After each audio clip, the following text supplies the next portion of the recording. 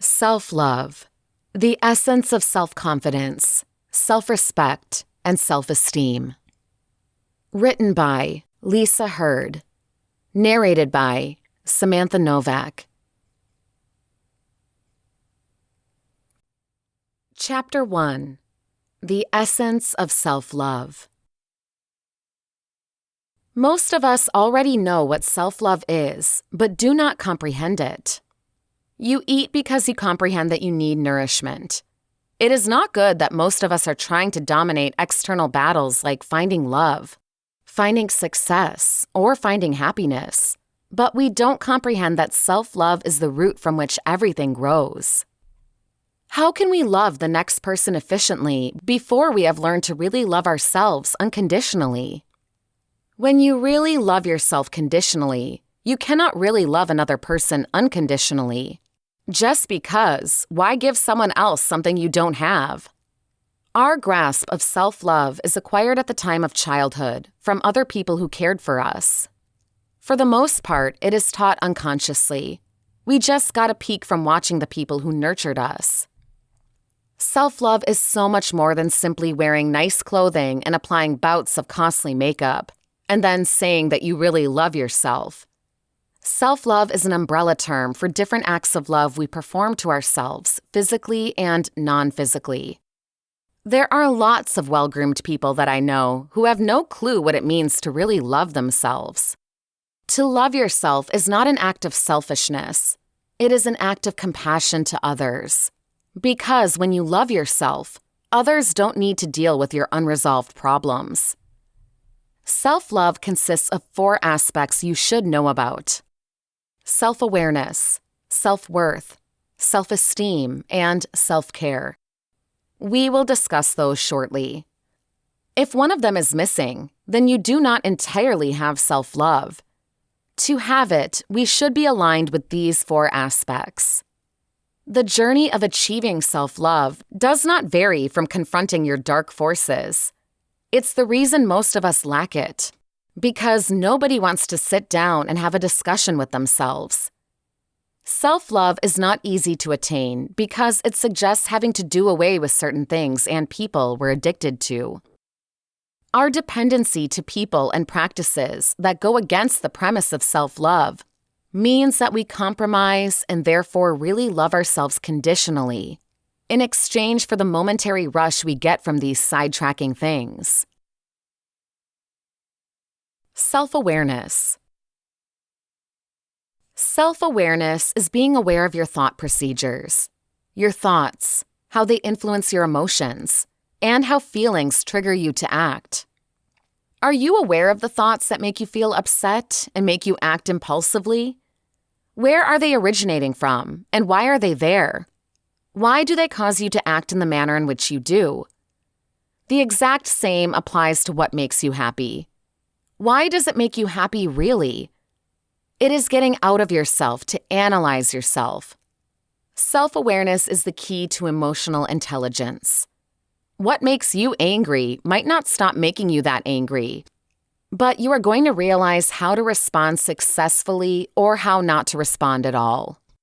Individuals with high emotional intelligence have feelings like we do, but they step out of their emotions to process them efficiently. This also includes moving away or avoiding circumstances that you know will set off some unwanted feelings and reactions within you. If you cannot stay away from the circumstance, self-awareness allows you to redirect the energy you are putting in those feelings. One way to improve your self-awareness is to keep a journal of your thoughts, emotions, and actions. Self-worth. Because of the continuous negative programming that we face in society, we focus on the bad and undesirable things and project this negativity onto ourselves so many times, without even realizing it. You are born with an endless sea of potential. You have it now, and you'll have it till the day you die.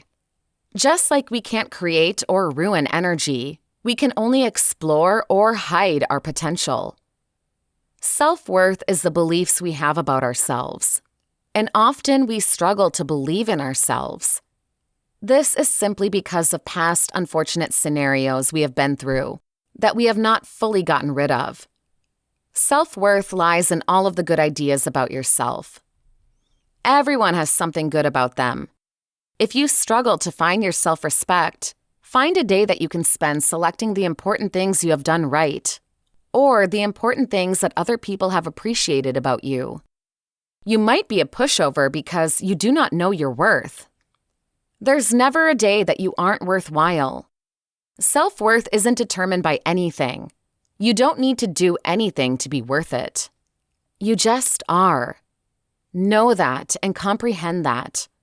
Your strengths, skills, and kind acts to other individuals are just an expression of your self-worth. Self-esteem.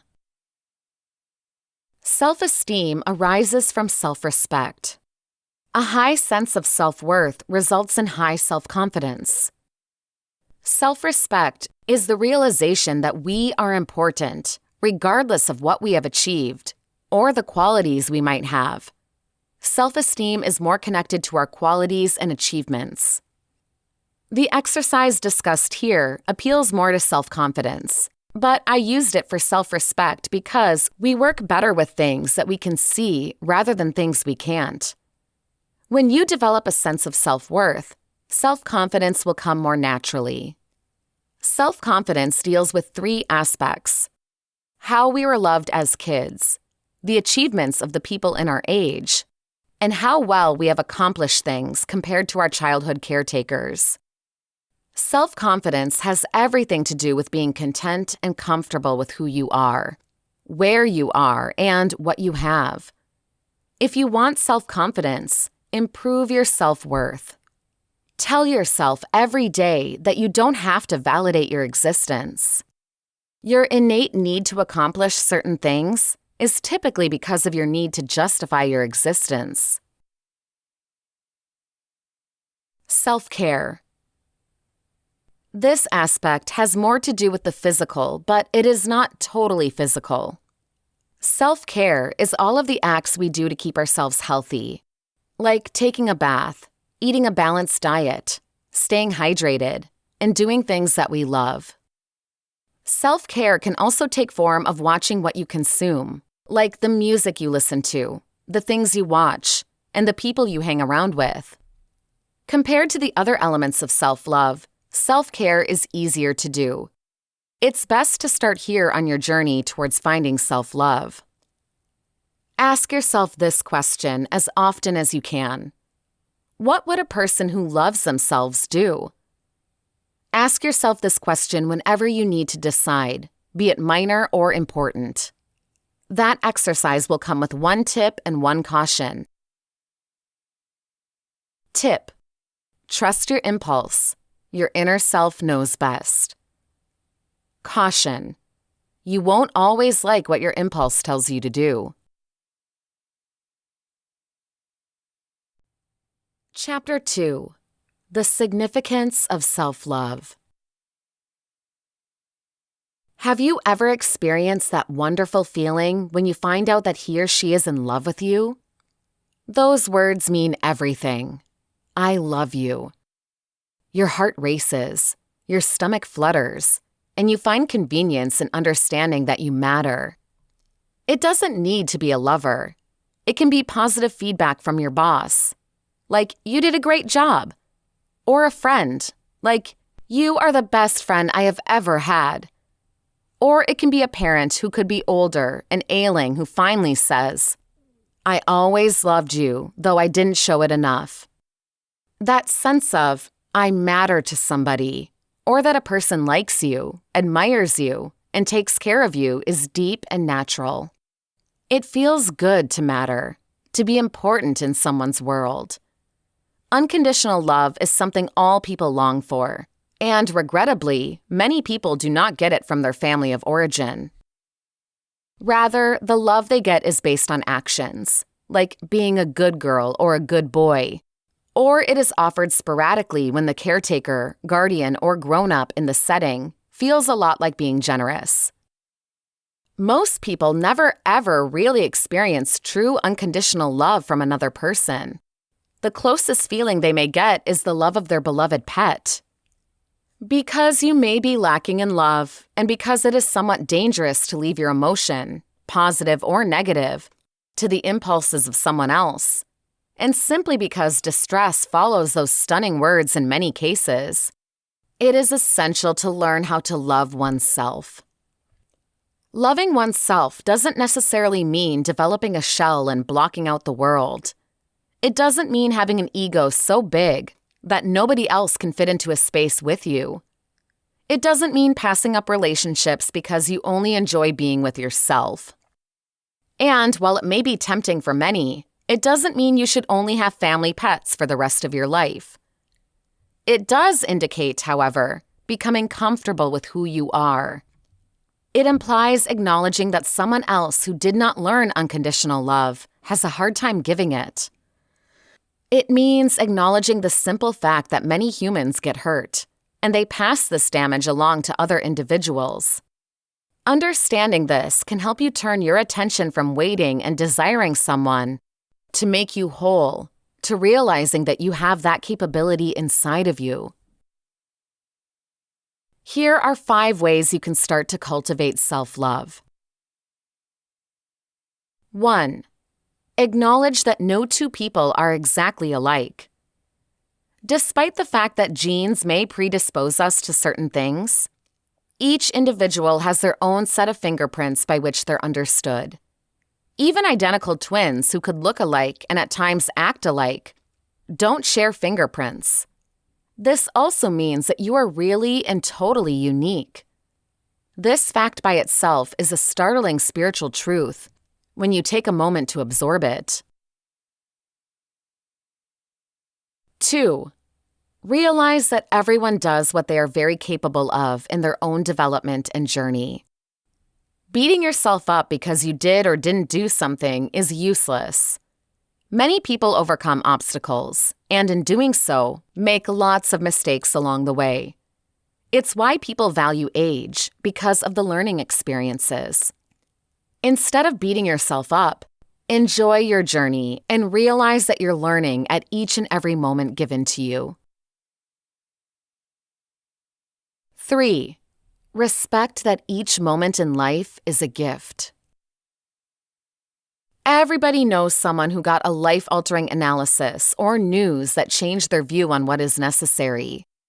Self-care is essential. Don't wait to use it.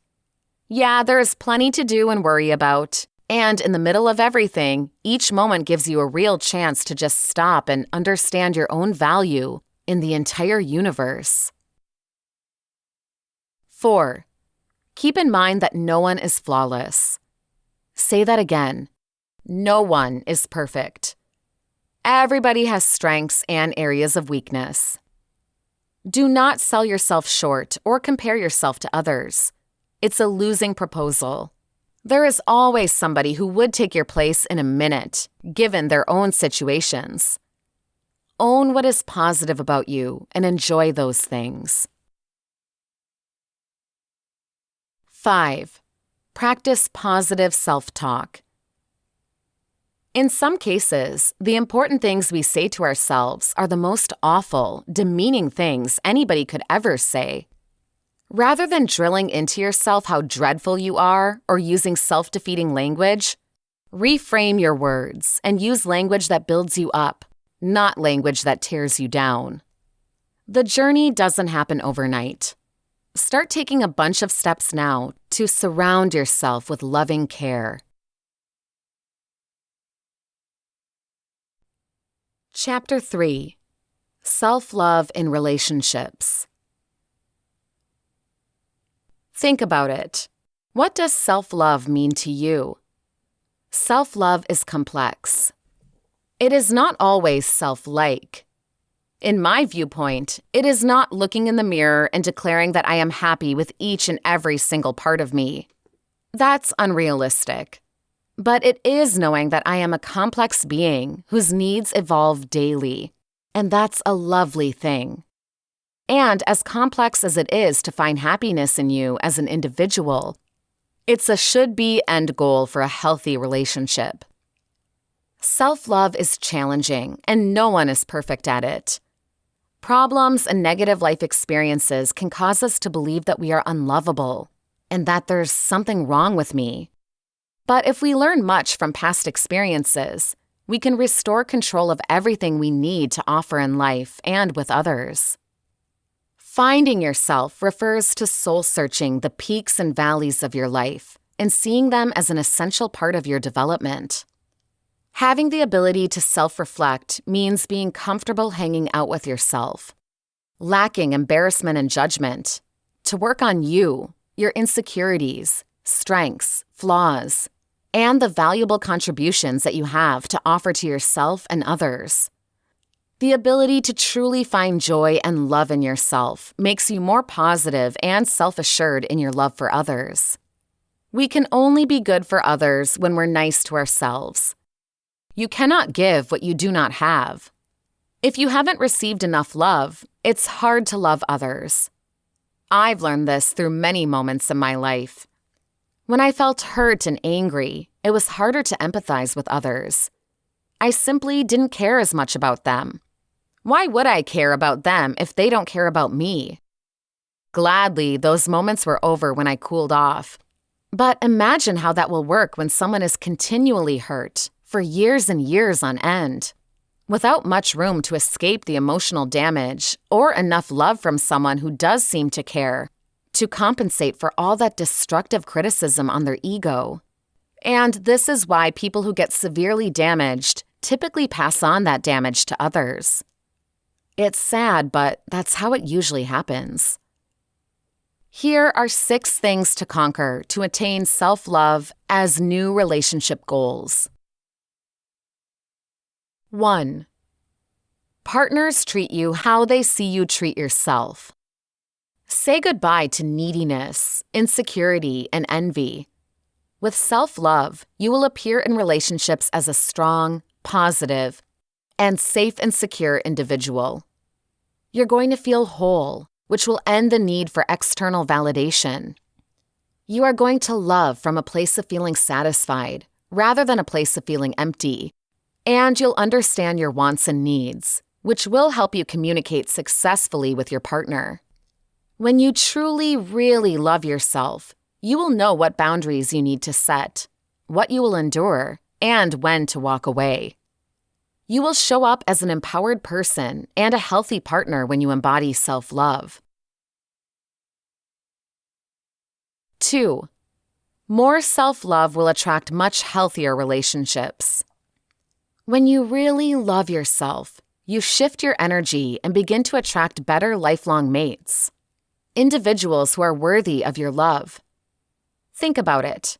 Like certainly attracts like. If you're experiencing a depleted sense of self-love, you'll attract those with the exact same exhaustion and the potential for being taken advantage of. Still, if you have a radical sense of self-love, you'll attract partners with the exact same attitude. Keep in mind, you should be what you want to attract. So if you want something better, then try to be better yourself. 3. A relationship should be a partnership, not a codependent situation. Codependency is virtually impossible when you have high regard for yourself. You are capable and strong enough to be on your own 2 feet.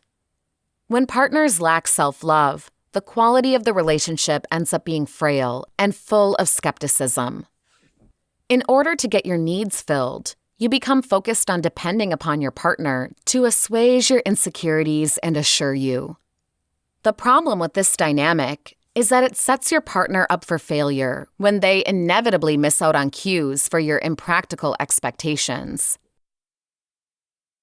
4.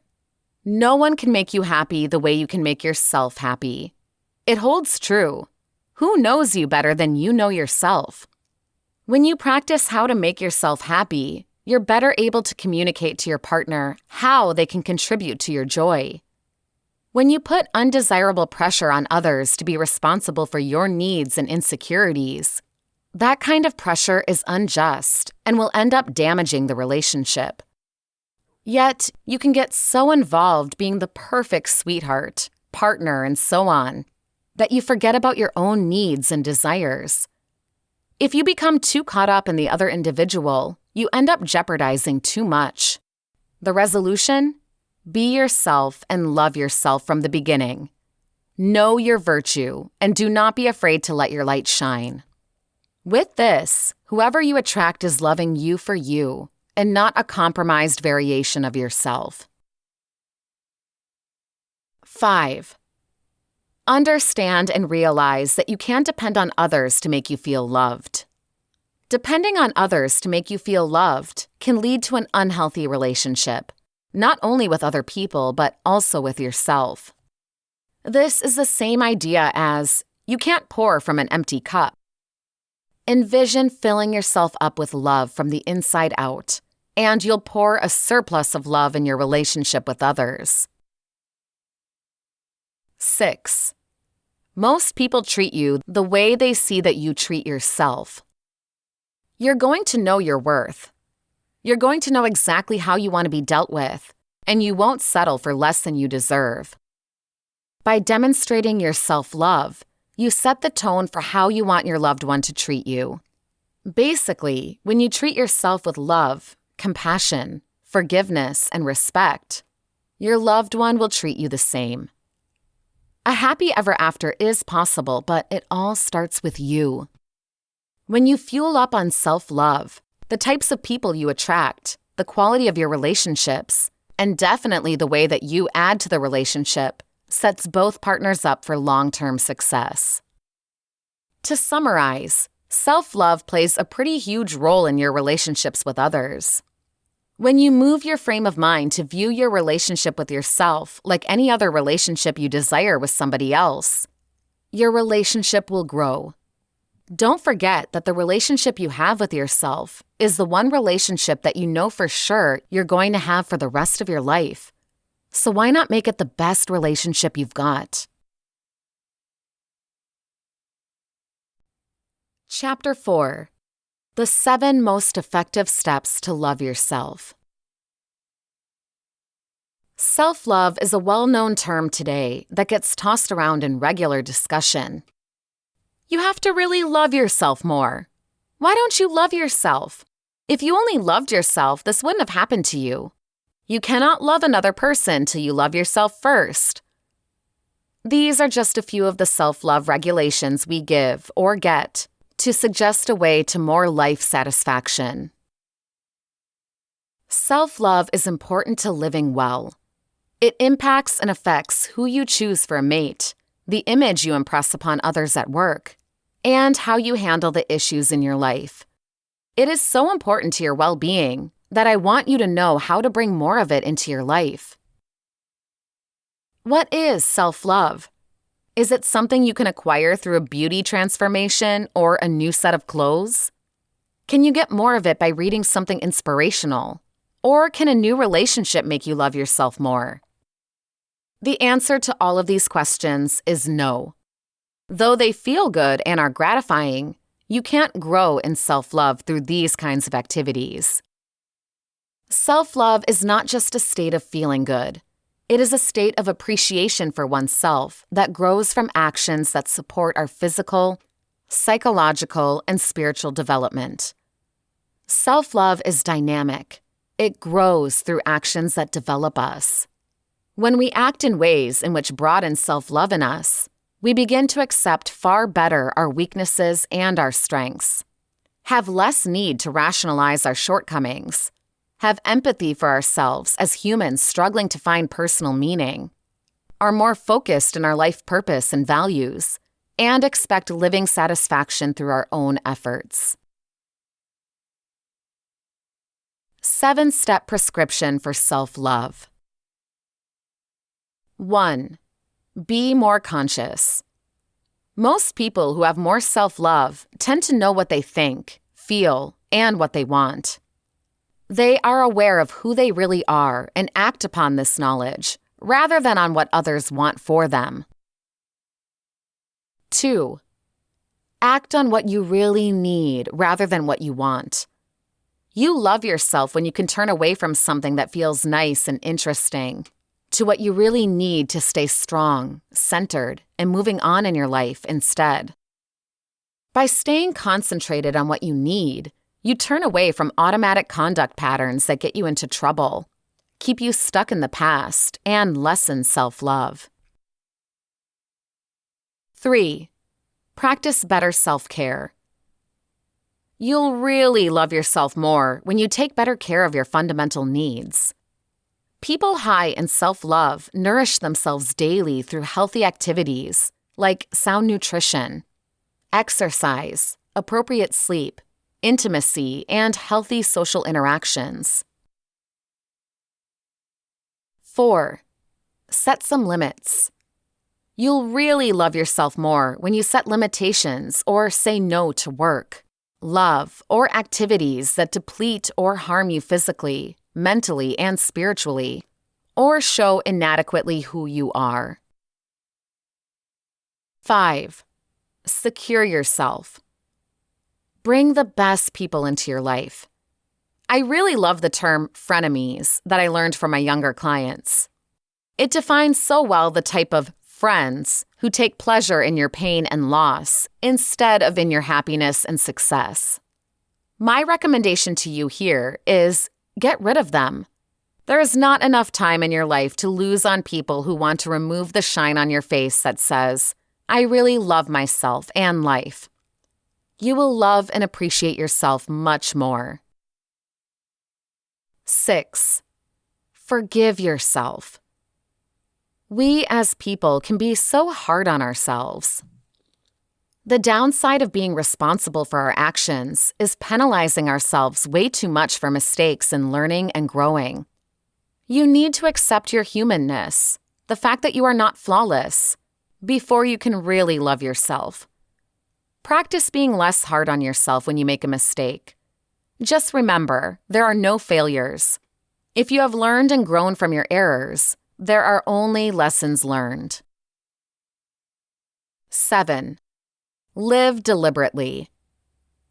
You'll accept and love yourself more, whatever is going on in your life, when you live with purpose and design. Your purpose doesn't have to be crystal clear to you.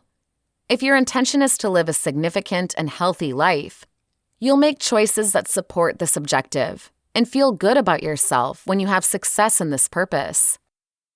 You'll love yourself more if you see yourself achieving what you set out to do. You really need to establish your living intentions to do this. If you only pick 1 or 2 of these self-love actions to work on, you'll begin to accept and love yourself more. Just imagine how much you will appreciate you when you exercise these 7 steps to self-love. It is actually true that you can only really love a person as much as you love yourself. If you work out all of the actions of self-love that I defined here, you're going to enable and encourage others to show themselves in the exact same way. The more self-love you have, the more ready you are for healthy relating. Even more, you will start to attract people and circumstances to you that support your wellness. Chapter 5. Greek Roots of the Different Meanings of Love.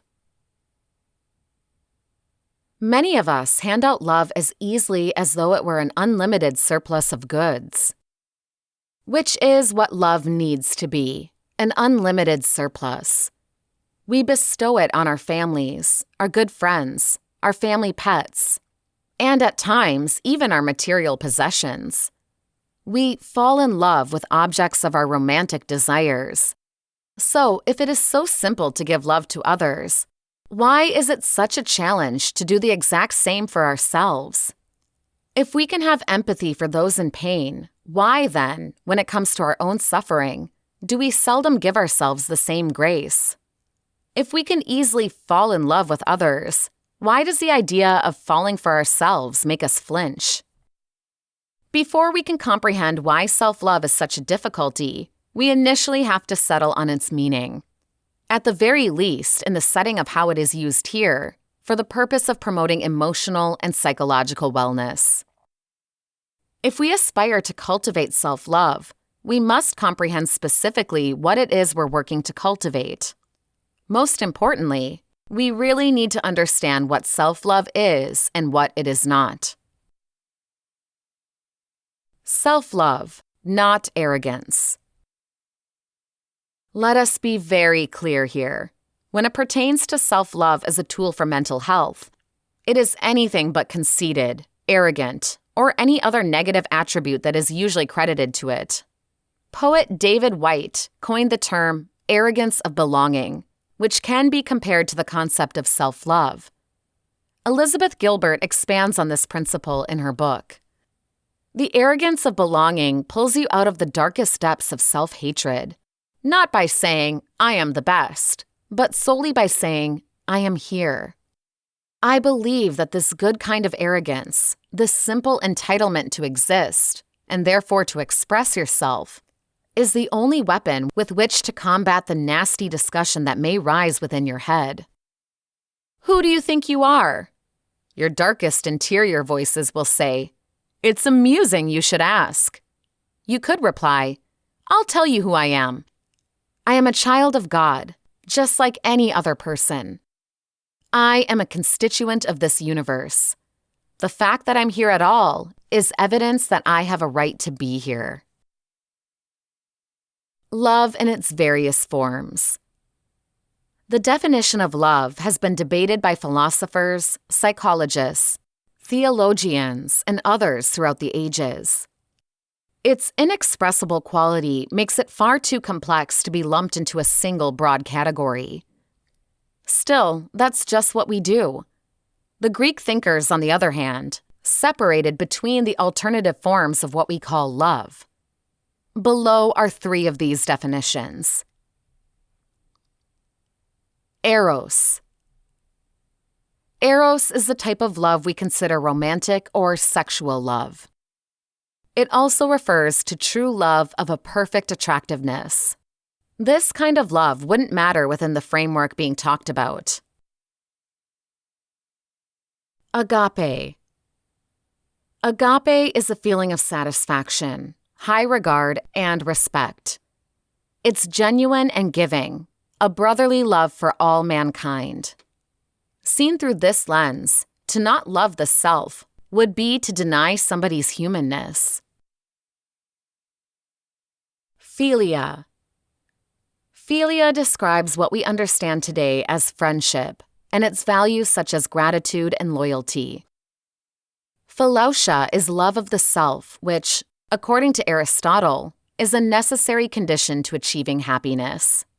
It is what enables us, he asserts, to extend compassion to others. Not many people would argue the credibility of the latter two as a requirement for a healthy sense of self-love. Why self-love is such a challenge.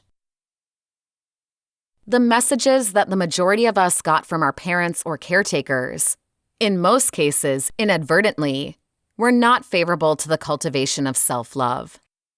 Nor were the societal messages we likely got. Whether specific or implicit, the overriding messages that a lot of us internalized was something along the lines of, "Don't be too big for your britches," or particularly for women, "You should always put others first." Up till just recently, it was not specifically smiled on for somebody to cultivate self-love, says Declan Edwards, founder of BU Coaching. Whereas showing love and compassion to somebody else tended to be praised, doing the same towards ourselves didn't get the same social benefit. The connection between perfectionism and the absence of self-love. In many cases, absence of self-love because of direct emotional abuse and denigration, but in many others, the causes are far more nuanced, says Edwards. One such case is one in which the child is idealized and expected to perform at a remarkable level. There isn't necessarily so much praise when they perform well, but when they do less than exceptionally, there is significant dissatisfaction. He says this can lead to perfectionism, or the feeling of never doing well enough, even when the child is highly effective by an objective standard. As children, we are typically taught to inspire ourselves through self-criticism, says psychologist Nicole Siegfried, PhD, CEDS. When we internally parent with penalty and criticism, similar to an authoritarian parent, we trigger our fear reaction system, which produces increased levels of the stress hormone agent cortisol. When we live from a location of self-love, empathy plus limits, we shut off the fear reaction system and release levels of oxytocin, which is associated with feelings of satisfaction. Siegfried defines self-love as the crossway of self-compassion with healthy boundaries. To put it simply, it is taking care of yourself as a healthy parent would look after a child. The connection between self-love and wellness. An overwhelming bulk of those diagnosed with depression also have a hard time with low self-worth. This typically stems from youth. When we are told something many times, we will eventually come to believe it. When negative or critical feedback ends up being internalized, or in other words, the negative messages appear from our own internal newsfeed, our self-image will ultimately become distorted. This is especially so in an age of perfectionism and fascination with social networks, where distorted, rose-colored pictures permeate our literal newsfeed. That can lead us down the compare and misery rabbit hole, a domino effect to depression. If we were to think that we were all inseparable parts of the same universal source, then to really love others, but not really love the self, would be hypocritical. It would suggest that one human life possesses more worth than another. If confusion is there to stay and the idea of self-love still doesn't sit right, then let us at the very least settle on the more tasty self-compassion, or at least pride, as a non-negotiable for sound mental health, and the cultivation of healthy relationships, consisting of the relationship with the self. Chapter 6. Self-sacrifice or self-love. We've been told that self-love is selfish, and self-sacrifice is a virtue.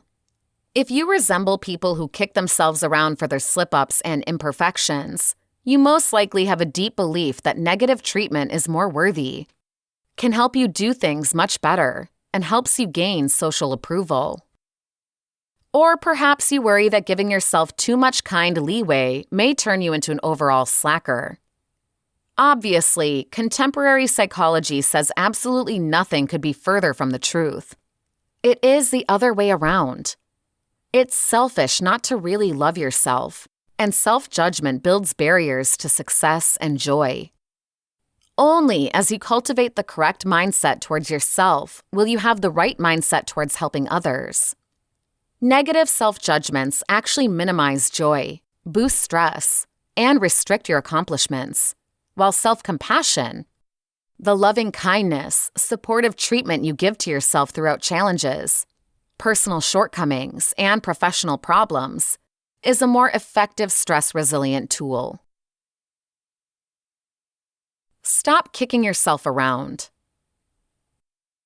It's possible that you have a great, determined voice inside that bludgeons you with criticism and tells you how useless, self-centered, dumb, or bad you are. It never rests and snatches more airplay from the inner guide that tells you how great you truly are. You wouldn't imagine treating a loved one the way you treat yourself, calling yourself names, beating yourself up for the smallest human faults, disbelieving in yourself enough to quit on your goals. When you're feeling miserable, in pain, or mourning, harsh words such as, "Stop feeling sorry for yourself," or "There are people worse off than you," or "Get a grip," can actually aggravate your distress. Still, talking yourself off the ledge with a compassionate voice in a calm, reassuring tone, such as, "You can do it," or "This is very tough, but stay calm, we've got this," helps you cope, just as if you're applying salve to an injury. You can't help forming judgments, That's just how you make sense of the world. In its own ironic way, your judgment tries to help you weather life's obstacles with its tough treatment. Similar to the hard-ass drill sergeant who doesn't want to see a soldier's head blown off in a fight, your judgment pumps up the volume when you stumble so you do not fall short of your goals. Unfortunately, though, it has the opposite effect, which you wouldn't always expect. The good thing is, you do not have to let self-judgment hold you back.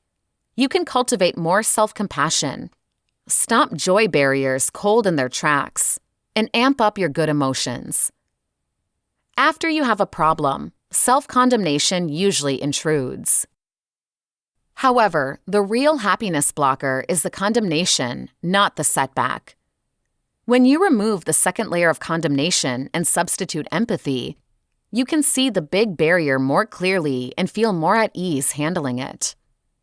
This is exactly the reason why it is essential to be gentle and encouraging of yourself. So start by wanting only the best for yourself in every little thing that you do, and be willing to catch yourself when you fall, just like you would for a friend. Hard evidence for self-compassion. Research studies show when you substitute self-compassion for self-judgment, you cultivate positive change in practically anything you do. Academics analyze self-compassion in the lab and realize that when you're hard on yourself, you're more vulnerable to anxiousness and depressive thoughts, and it is harder to recuperate after an obstacle. However, when you change negative judgments with self-compassion, you recuperate quicker. If you don't have self-compassion, no worries, you can develop it. After an 8-week program of mindfulness-based tension decrease, made up of yoga, meditation, and relaxation workouts, in one research study, 90% of participants increased their level of self-compassion. Talk yourself off the ledge. Coming down hard on yourself in a crisis, after a failure, or in the after effects of stressors such as a job loss, divorce, or diagnosis of a pretty serious illness, lowers your chances of rebounding. Alternatively, empathy for yourself after a disappointment inspires you to return in the saddle. So try replacing loving kindness and self-compassion for self-judgment, and talk yourself off the ledge rather than enabling your judgment to encourage you to leap. Give yourself a thumbs up every time you finish a project, reach an effective turning point, or accomplish a goal at work. Self-soothing pep talks and supportive words are advantageous in high-pressured circumstances, like job interviews, carrying out in front of your peers, competing in a sports event, affirming in a lawsuit, and so on and so forth. So whether you are handling a huge crisis or small inconveniences, a kind, nurturing voice spares you a lot of stress, calms you down, and permits you to enjoy a fuller, much happier life. Amp up your self-kindness needle. Watch how often you scold yourself, call yourself names, or shame yourself. Stand up to unrealistic standards and extreme judgments rather than attacking yourself. Forgive yourself for your drawbacks and see them for what they are: habits, old behavior patterns, or just plain errors that we typically all make. When you're more loving to yourself and accept your restrictions with compassion, you cut your tension in half and double happiness and success. Then you are dealing only with the difficult experience, not the added negative emotions from self-judgment. When your inner judge overshadows you, amp up your caring side and let it airlift you to unknown heights of happiness and success. A recent eMediHealth survey learned that 11% of individuals were pleased with the idea of being their own Valentine, and 2% were thrilled about it. 54.5% said they would be okay spending Valentine's Day alone. So whether you dine out by yourself, or with your main squeeze, or prepare a unique meal solo, be sure to send some of that loving kindness your own way. Chapter 7. Are you undermining your self-love? Self-love is the structure for all the other relationships in your life. In simple words, you cannot give from an empty cup. You cannot have a healthy relationship with others if you do not have a healthy relationship with yourself. You cannot be thoughtful with others if you do not practice self-compassion in your own life. You cannot look after others if you do not look after yourself first. Self-love, though it does have a pretty ring to it, can often be among the harder practices to achieve. So why is that? Because we live in a society that promotes and celebrates your fatigue and how exhausted you are. It benefits from your insecurities. This is precisely why loving yourself is a revolutionary act. Society has normalized the ways in which we sabotage prioritizing and looking after ourselves. The first step is seeing when these self-sabotages show up. Here are 3 warnings that you could be using to self-sabotage your self-love practices. You keep comparing yourself to others. Social networks have lots of comparison traps. And once we drop this rabbit hole and don't actively make an effort to go out, our self-love gets compromised. I won't tell you not to compare yourself because we are only human. It is only natural to fall into these traps. What I will ask you is that when you do compare yourself, ensure that you challenge that comparison. How? With appreciation. What is fantastic about you? What makes you magical and special? Actively fight against that comparison trap with an appreciation perspective about yourself. Black or white thinking. Good versus bad, skinny versus fat, pretty versus ugly. These are all black or white thoughts which are counterproductive to our psychological health, especially to our self-love. Things aren't good or bad, they just are. Your body is not pretty or ugly, it just is. It works. It can help you accomplish your everyday objectives and tells you what needs adjusting. These black or white ideas only welcome shame, which is a powerful feeling that cultivates a negative self-image, low self-esteem, and promotes self-loathing. Pity is self-love's arch-nemesis, and it's only cured by practicing self-compassion, a key part of self-love. You don't prioritize your self-care techniques. Similar to self-compassion, self-care is an important part of self-love. The way we look after our body, exercise, eating healthily, sleeping enough, drinking plenty of water, our mind, looking for help from our support system, talking about challenging emotions, and our soul, meditating and journaling. If you are not carving out an area in your day to include at least one of the parts pointed out above, you are not prioritizing yourself. Plus, if you do not prioritize yourself, who will? This has been Self-Love, the essence of self-confidence, self-respect, and self-esteem. Written by Lisa Hurd. Narrated by Samantha Novak. Copyright year 2020 by Lisa Hurd. Production copyright by Lisa Hurd.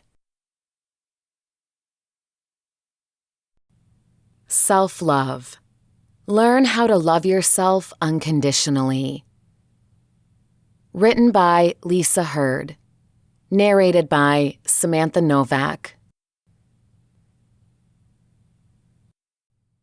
Chapter 1. How do you specify self-love? What does it really mean to love yourself? How do you do that? A list of prototypical acts of self-soothing might help specify what people mean by self-love. Take a slow, hot bath. Eat some cake for a change. Go for a walk without a destination. These acts seem a lot like practicing patience.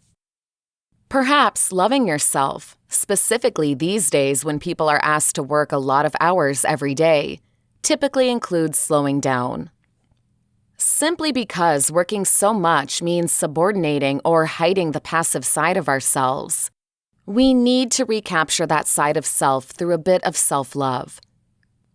In this form, self-love can look like indulgence or getting away from the pressure of work. Or do you ever really love yourself by speeding up? Dance without self-consciousness.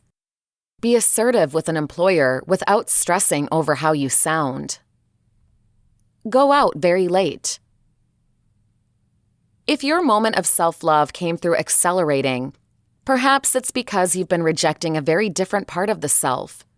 You have dealt with the brakes on, and you deserve to let the monster out now, to take risks, to have less fear. Perhaps self-love is just finding that side of the self which has been shut down and allowing it to roam for a while. Or maybe self-love is more like a break from self-judgment. When I do something nice for myself, I can feel just as if I'm taking weights off my shoulders that I was not even mindful I was carrying. Everything ends up being lighter and clearer. Perhaps lightness is like an escape from judgment, from feeling unworthy, guilty, or behind the game in some way. Here are a few examples of self-love through decreased self-blame. I call my work today good enough. I dress sexy and believe that I am. I know that I've already done enough in my life to feel proud. However, what is self-love for you? Slowing down? Letting the beast out? Getting away from blame? Or what else? What specifies being good to yourself? Chapter 2. What self-love is not. All too often, we seek love from others before looking within. Even so, many are starting to turn that focus inward as they ponder the meaning and purpose of self-love. Though not a new term, the principle of self-love has been acquiring popularity in the last few years. Many are beginning to see the relationship between self-love and mental wellness.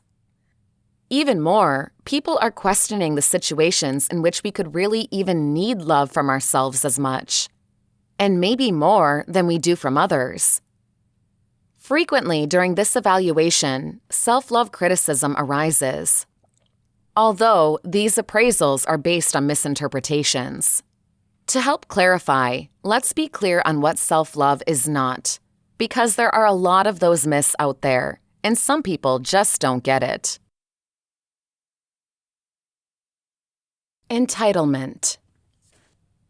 When an individual has a sense of entitlement or a spoiled attitude, they could believe they're unconditionally owed something, despite efforts, merit, or context.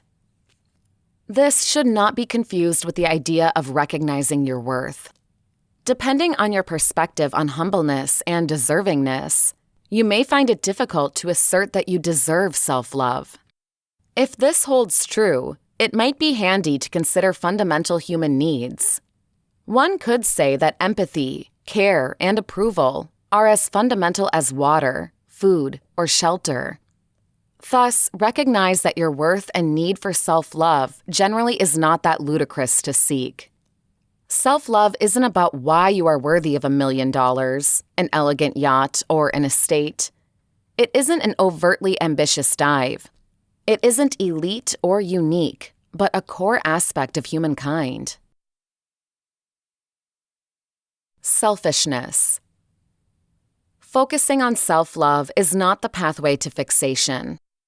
Even though self-love is a reflective process in which one turns their energy inward, the advantages aren't selfish.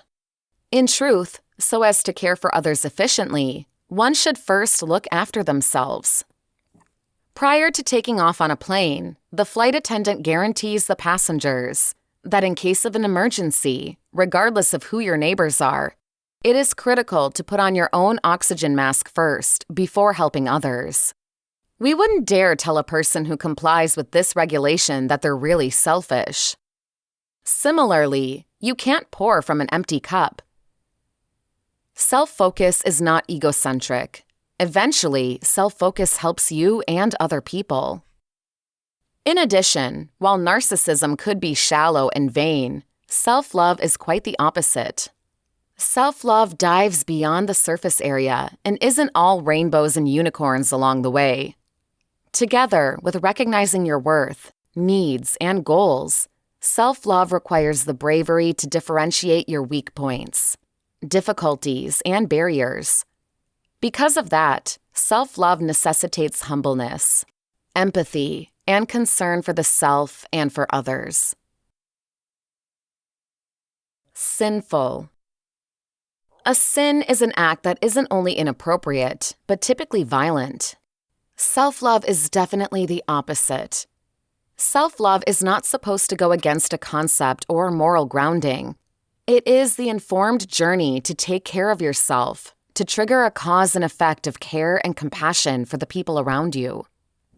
Nevertheless, due to varying ideas of what self-love truly involves, from time to time, individuals could see self-love as protesting their values and beliefs.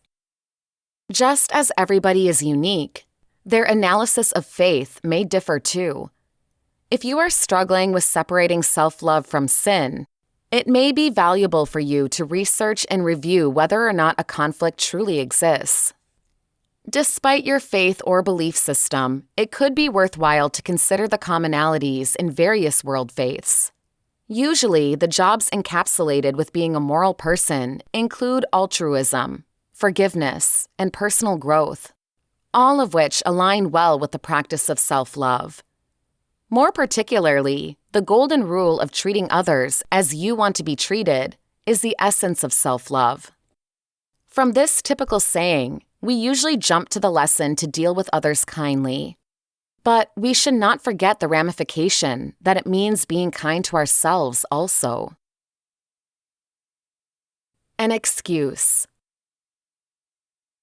Self-love is an active, engaged process that evokes a wealth of positive advantages. However, the journey is not always a simple one.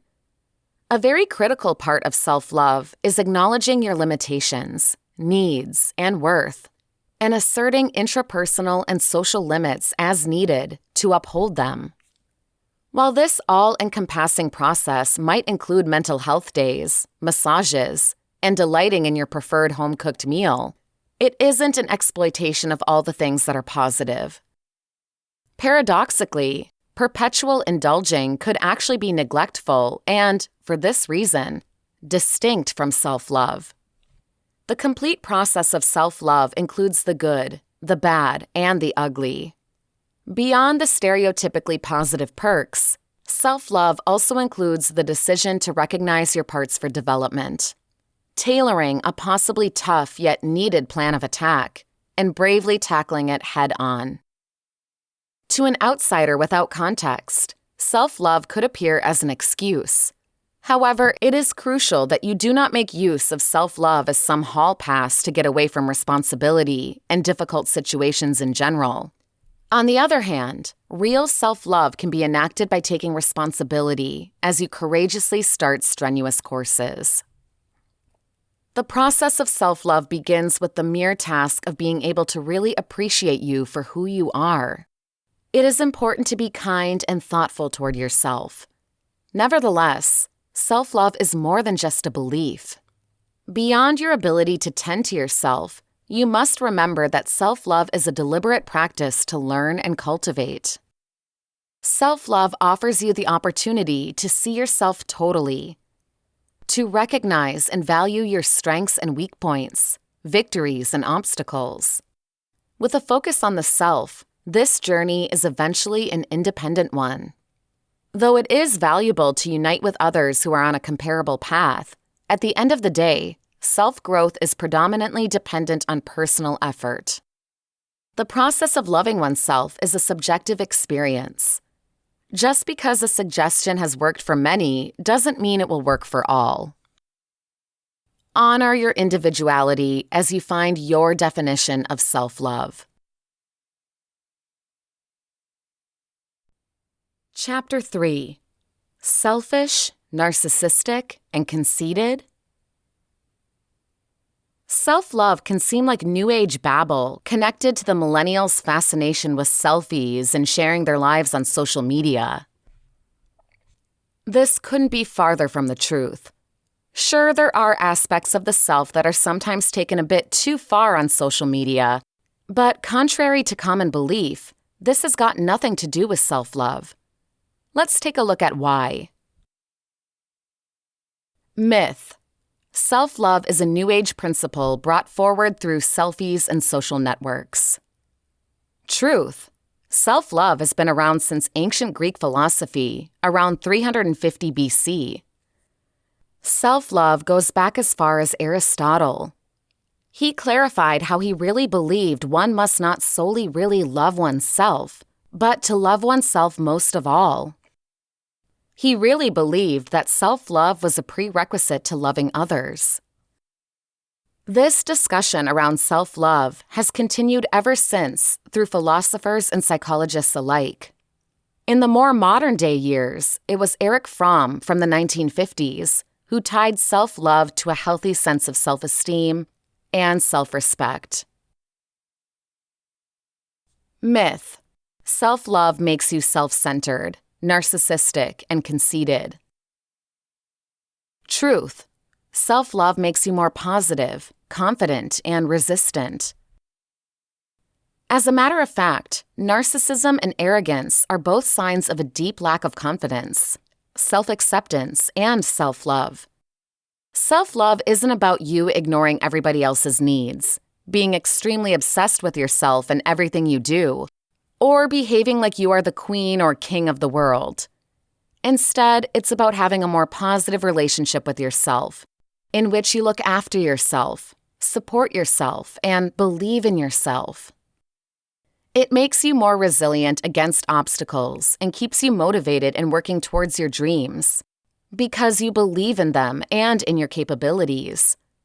Self-love removes your patterns of negative self-talk and replaces them with vibrant self-confidence. Myth. There is no science behind self-love. Truth. There are a lot of ideas, specifically in positive psychology, that link to self-love. Self-love is inherently linked to self-confidence, which Adler and Stewart, 2004, specify as values, approves of, prizes, or likes him or herself.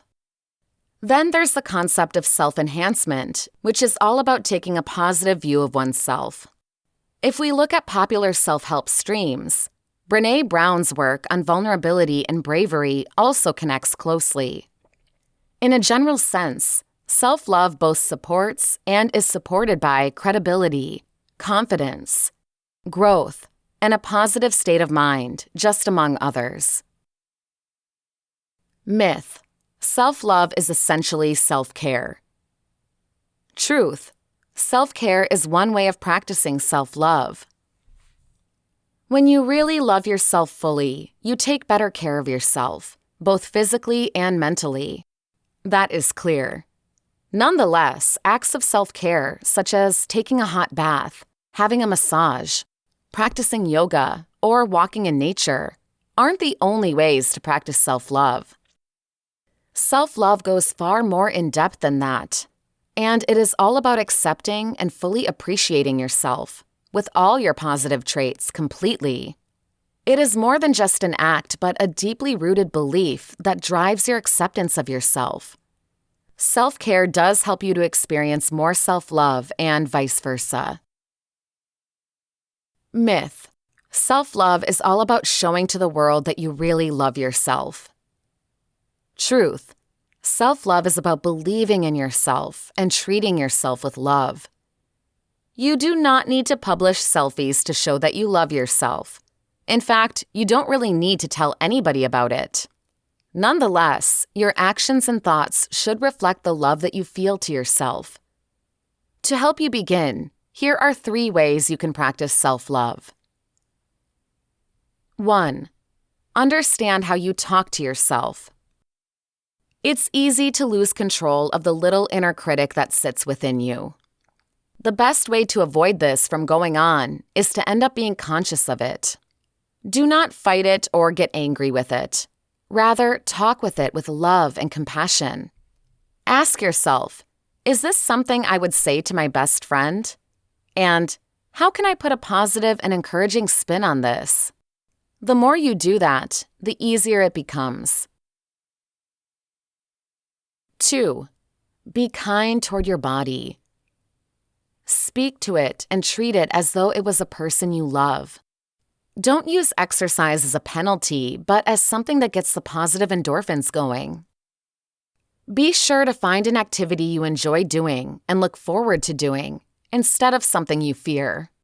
Talk to your body positively too, and routinely express appreciation to your preferred parts. It may not be flawless, and there could be bits you want to improve, but it is a splendid temple keeping you alive here on planet Earth. 3. Learn to get compliments with grace. If a person compliments you, smile and say thank you. That may sound silly, and maybe you already do this, but there is a remarkably high number of people who have a problem with this. I used to be one of those people too. Fortunately, today, I accept them, I cherish them, and I believe them. You should too. Something that can help you with this is to also get even better at offering compliments. It's fun and satisfying and gets good energy into each interaction. Chapter 4. What is the self anyhow? In case you are self-obsessed, you are definitely not alone. All of us matter to ourselves a lot, and yet for all our self-interest, we actually haven't ever had a strong sense of selfhood. Here are 15 well-known concepts, old and new, spiritual and pseudoscientific, about what a self is and who has got one, followed by the clearest science I've found on the topic. 1. Your spirit.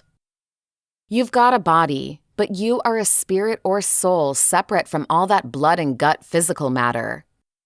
Spirits have power to change physical things, but they are not physical themselves. They're from a completely different realm. So how do they work? That's a lovely mystery. Just don't try to answer that question. 2. God's spirit transported.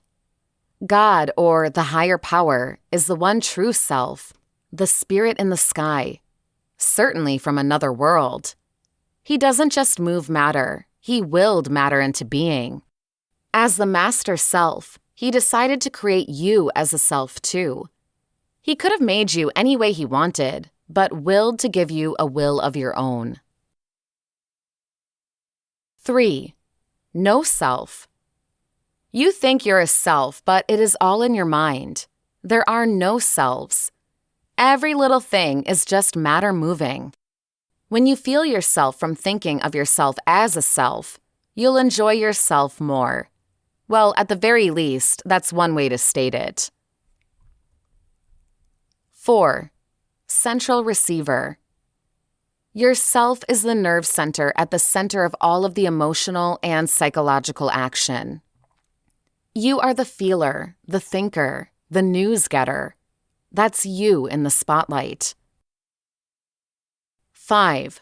A local God.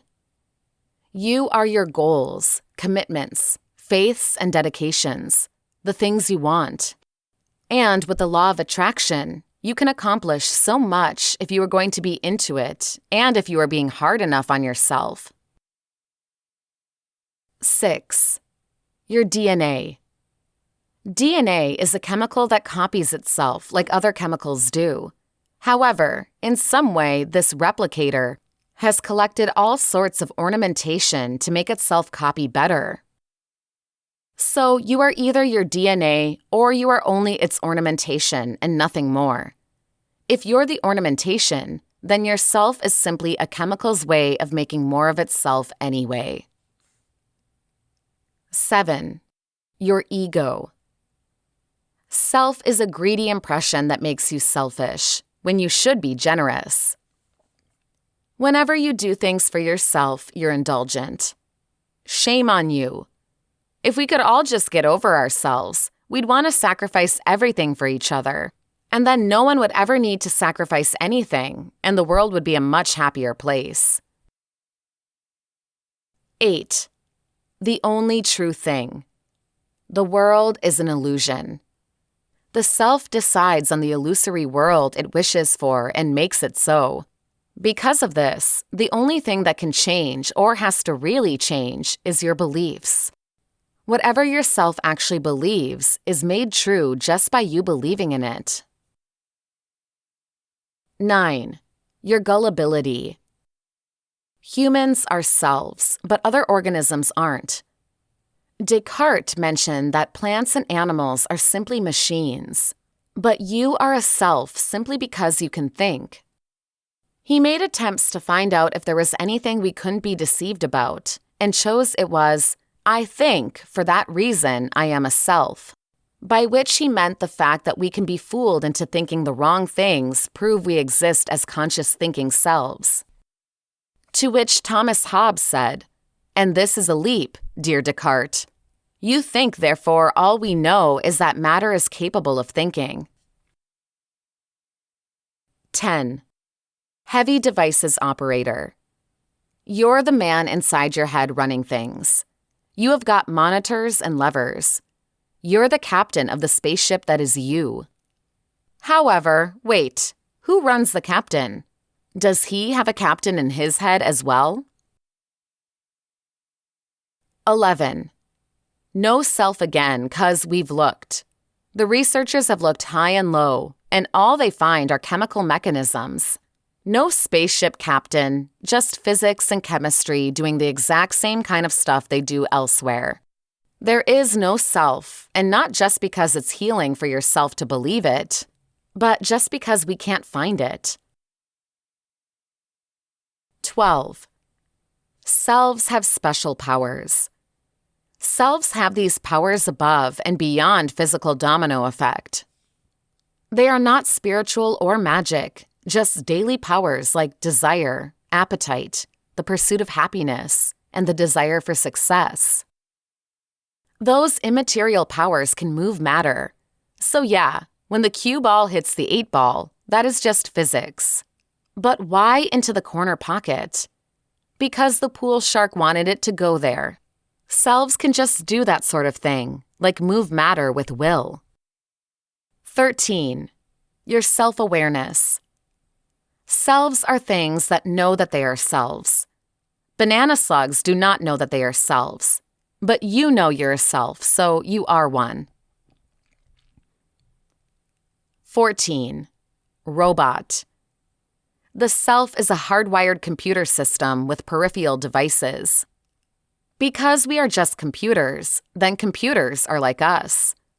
Get enough physical cause and effect working elaborately together, and you have got a self, whether it is a computer system or a living being. Storms aren't selves, despite the fact that there are a lot of physical cause and effect working intricately together, too. Why? Who knows, right? 15. Quantum consciousness. Quantum mechanics and mindful selfhood are both magic-like secrets, so they should be the same thing. In both, we see spontaneous behavior that seems to transcend domino effect. So your self's free will must be brought on by quantum liberty. Never mind that we don't see anything like will in quantum behavior, and we can't help but see selves as willful, wanting, pursuing things that matter to them. Disregard that, and you can pretend that the conscious self is just quantum mechanics.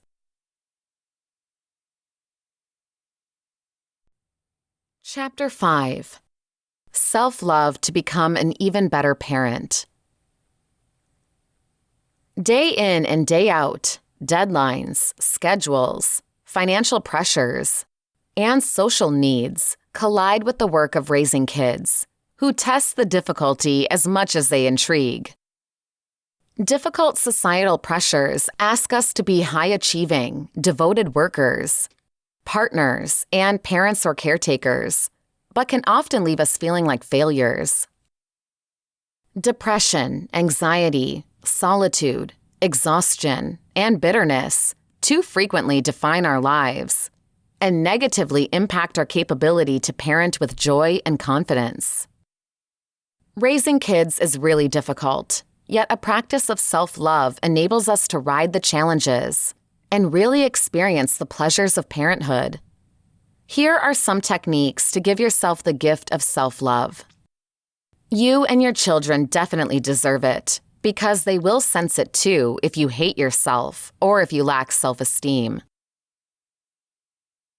1. Prioritize self-care and sleep. Exhaustion and absence of self-care are typically the trademarks of parenting, but they don't need to be. To the best of your capability, give yourself the same care that you give your kids.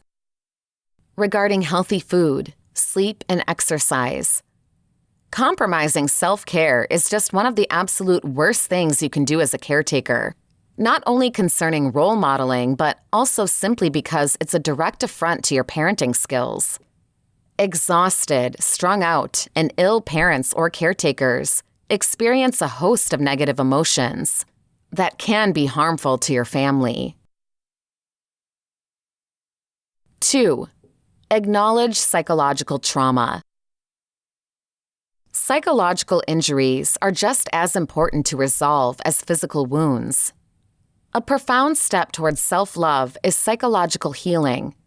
Refusing to handle past pain is dangerous, as raising children will inevitably set off old injuries.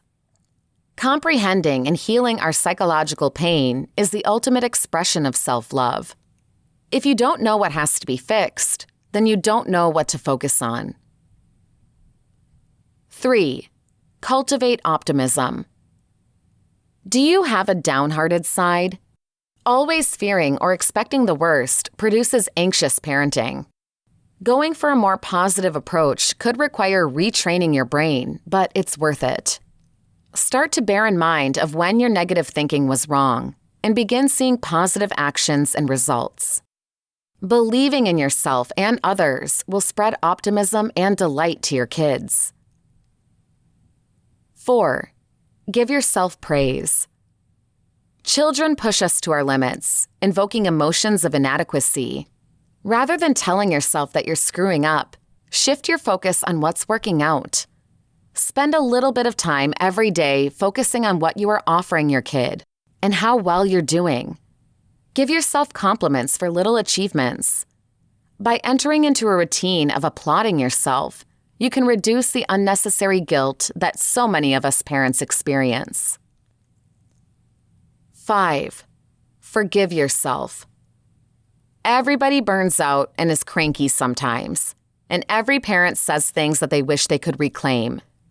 Aim to be as forgiving with yourself as you are with others. Appreciation and forgiveness are important to any healthy relationship, even your relationship with yourself. 6. Focus on gratitude. The power of gratitude could have become a social media cliché, but this crucial part of self-love should not be disregarded. Children offer numerous reasons to be grateful, including their health, accomplishments, and unconditional love. Being thankful broadens our wellness and self-worth. You should try ending every day with a nod to appreciation and see the benefits. 7. Establish benefits and extravagances. Parenting is pretty difficult, so set up some rewards and extravagances along the way. Maybe an evening out as a reward for potty training or helping your kid through midterms. Every Mother's Day, I eagerly anticipated purchasing a new pair of shoes for the spring. It is a ritual pointer that my work really deserves recognition. Raising children can be an unrewarding task. You might ruin yourself a little bit. Most people do. 8. Let go of far-fetched goals. Are you holding yourself to an unreachable goal? Setting yourself up for failure is the exact opposite of self-love. Just getting your kids dressed and to school on time can be a challenge. Add the additional burden of extracurricular activities, staying healthy, work pressures, and you've got an untenable situation. Compromises may need to be made to your goals so that you're not running rough and failing yourself and your kids. Schedules and the work and family balance are always an operation in progress, so you should show yourself some love by tipping the scales in favor of success. 9. Get used to saying no to people.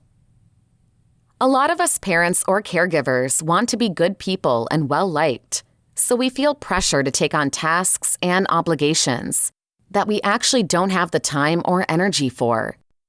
Always saying yes may make you more popular, but it can come at the cost of your pleasure and well-being.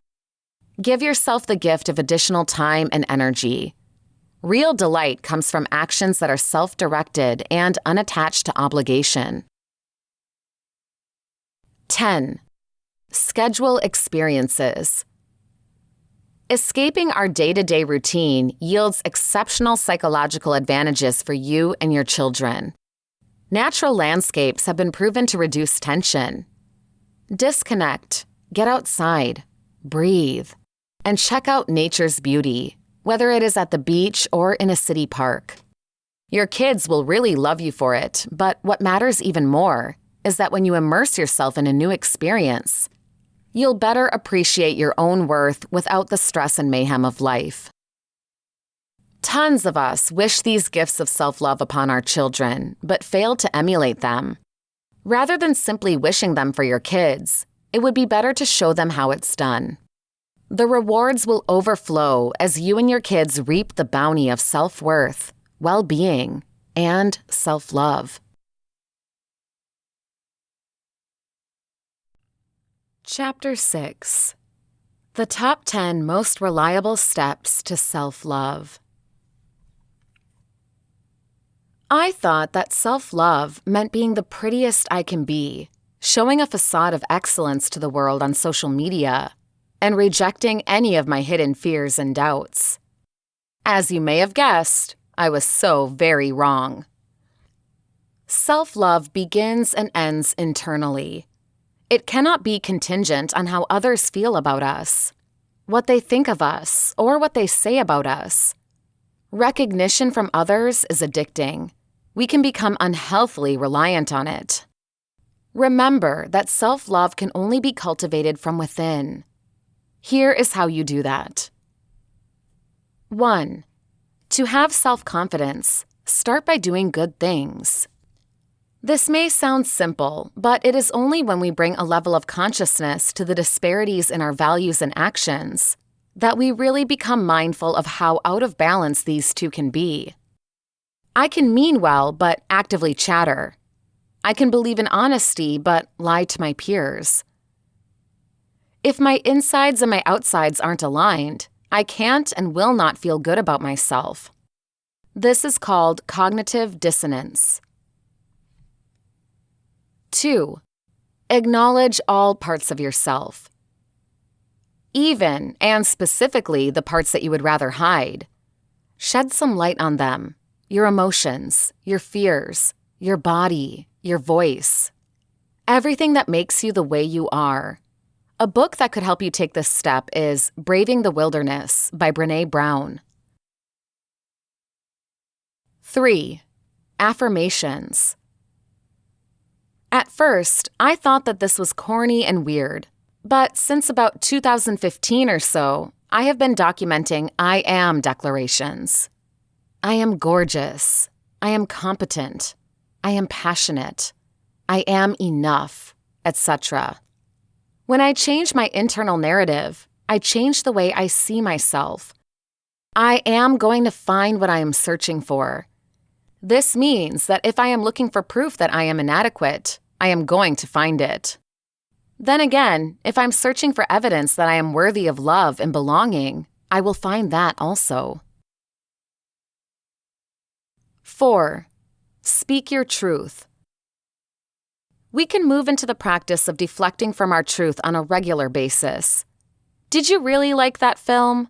Have you really heard of that band?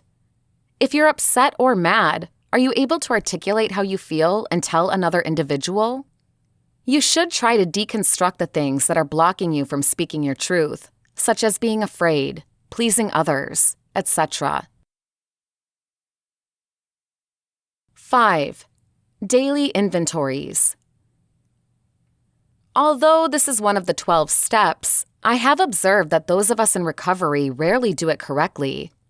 We are not entirely meant to recognize or make a note of where we were resentful, selfish, dishonest, or afraid, but also identify where we succeeded and what we packed into the stream of life that day.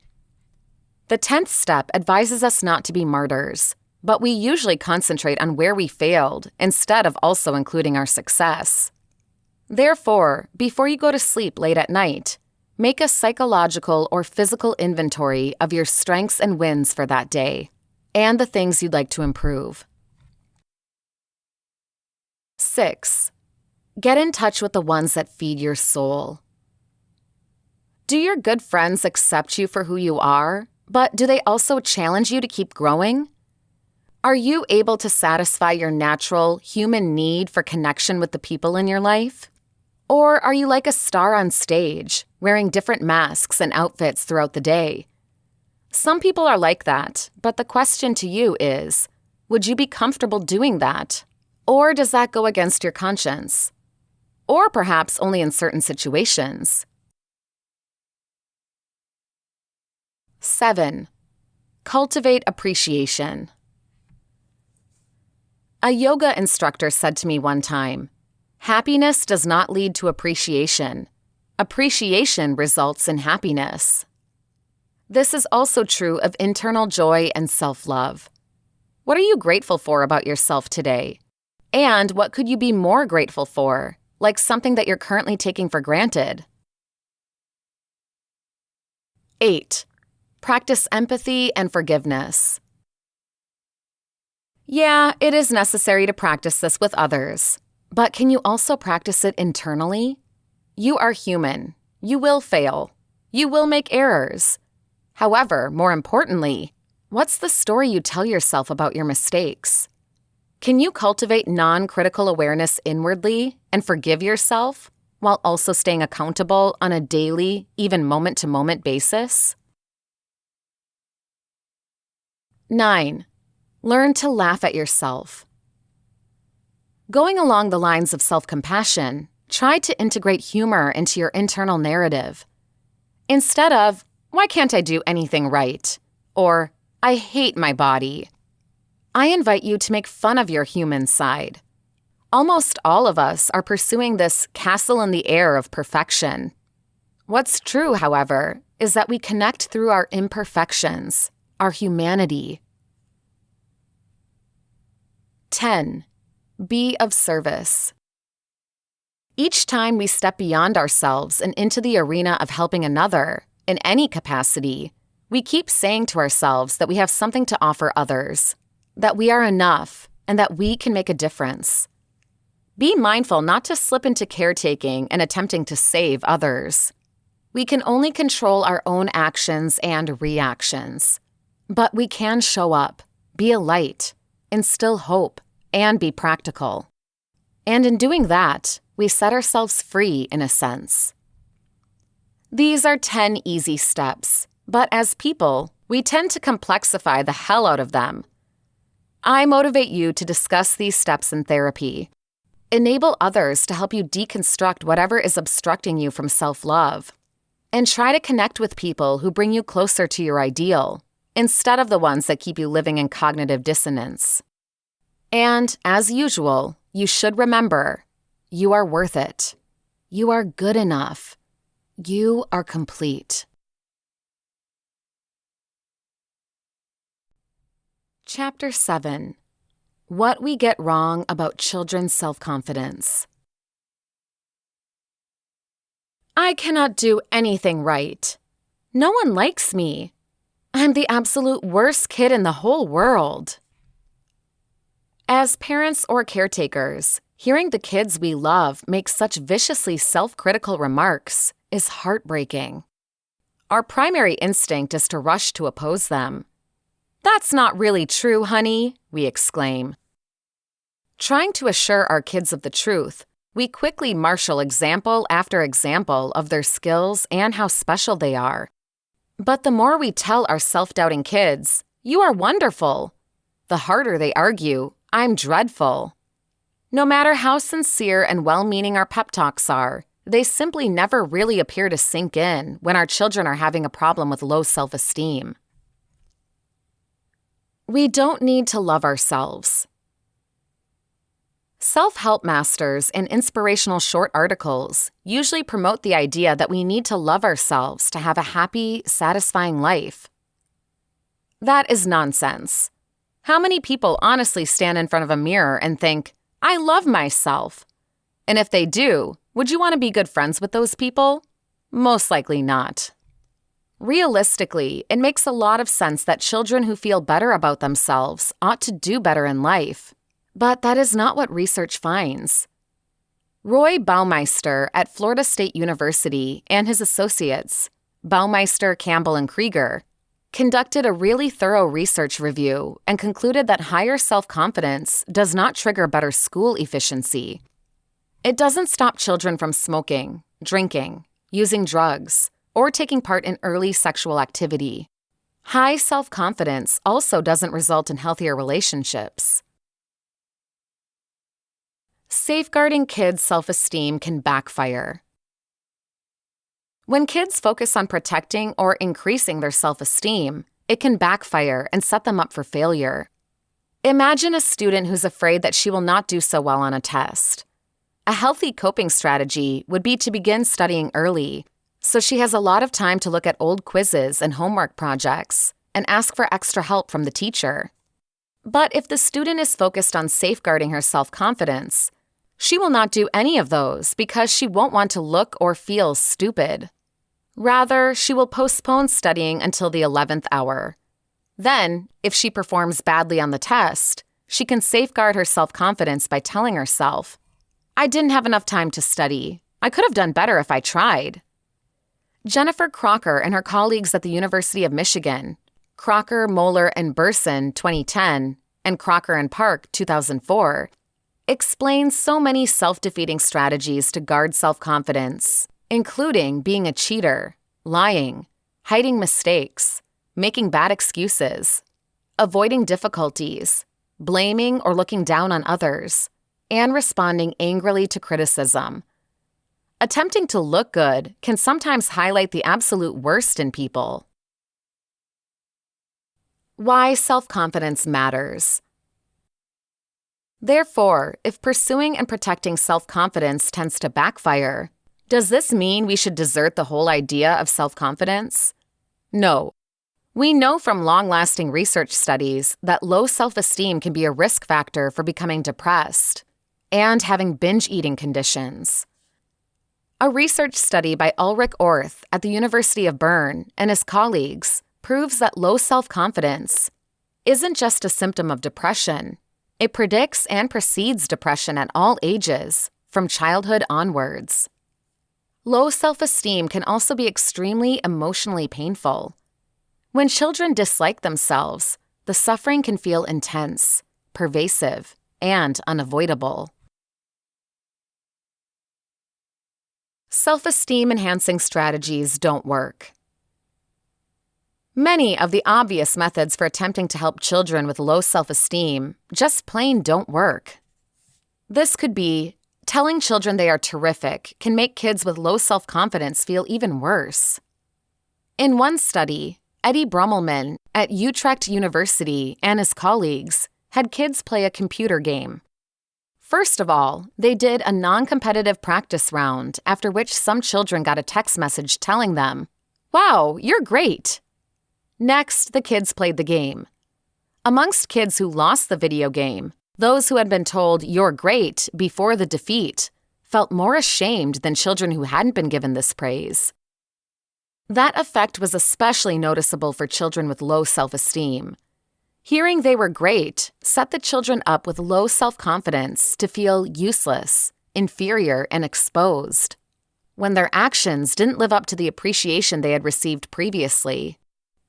What about having children tell themselves positive statements? Saying really positive things to themselves can actually make children with low self-esteem feel bad about themselves simply because they become acutely familiar with how much they do not gauge up to the positive declaration. A study by Joanne Wood, including college students, showed that prompting students with low self-esteem to repeat to themselves the statement, "I'm an adorable individual," or to focus on how that statement was true, made their moods even worse, instead of better, and made them feel less happy with themselves. Instead of boosting their self-esteem, this positive self-statement ended up highlighting and validating their belief that they are not worthy of love. Perhaps kids with low self-esteem need to experience success to feel better about themselves. No, not at all. Children with low self-confidence are specialists at dismissing and discounting their victories. They pick apart their efficiency, insisting, "It wasn't that good. Anyone could have done it. And besides, I messed up that one area." Another research study by Joanne Wood realized that those with low self-confidence feel more restless after a victory than a defeat.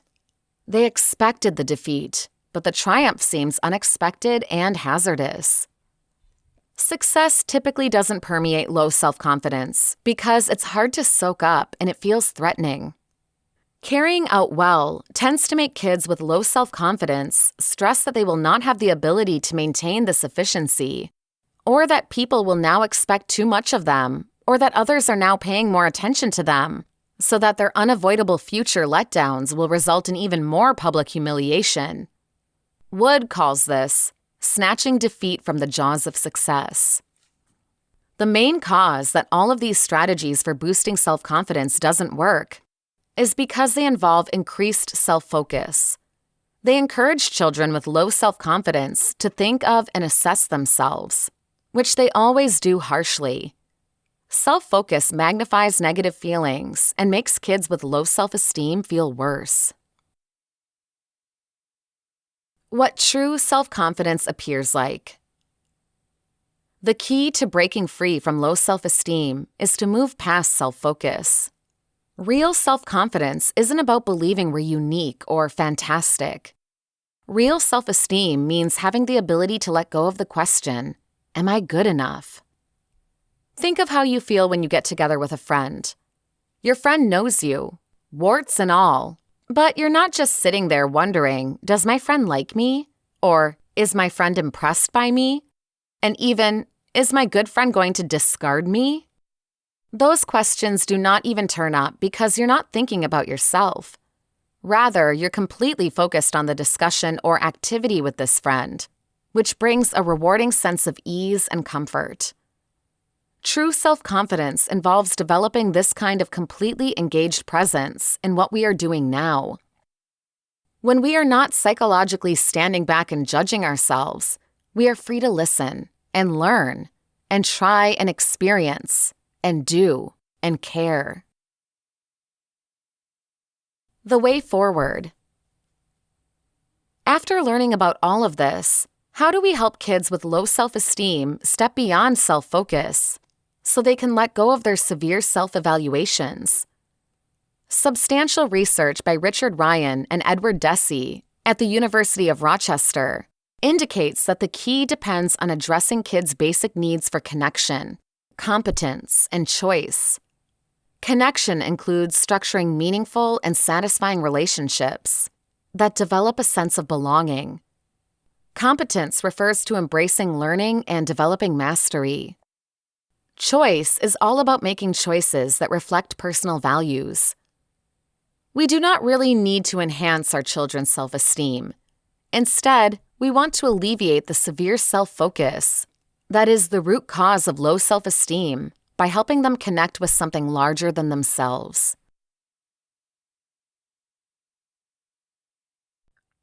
Chapter 8. The most important element to self-confidence. For a long time in this culture, it has been the habit for teachers to make children feel good about themselves for no specific reason. That practice, which is not backed by any evidence, is based upon the premise that high self-esteem causes high accomplishment. Accordingly, individuals in spelling bees and sporting events all come away with prizes so that nobody feels bad about not measuring up. In the class, students read titles like Everyone is Unique and complete Everything About Me projects that showcase their finer qualities. Educators stay away from criticism and make sure not to tie praise to performance. The problem with gold stars, rewards for everyone, and other bribes, though, is that they don't work. Instead of boosting achievement, the practice simply motivates individuals to accrue more rewards and imparts a sense of privilege. I should have to be rewarded for nothing. Previous D.C. school superintendent, Michelle Ray, Tiger Mom, recently said something about the everyone is a winner pattern by keeping in mind that her daughter's spaces are covered with ribbons, medals, and prizes.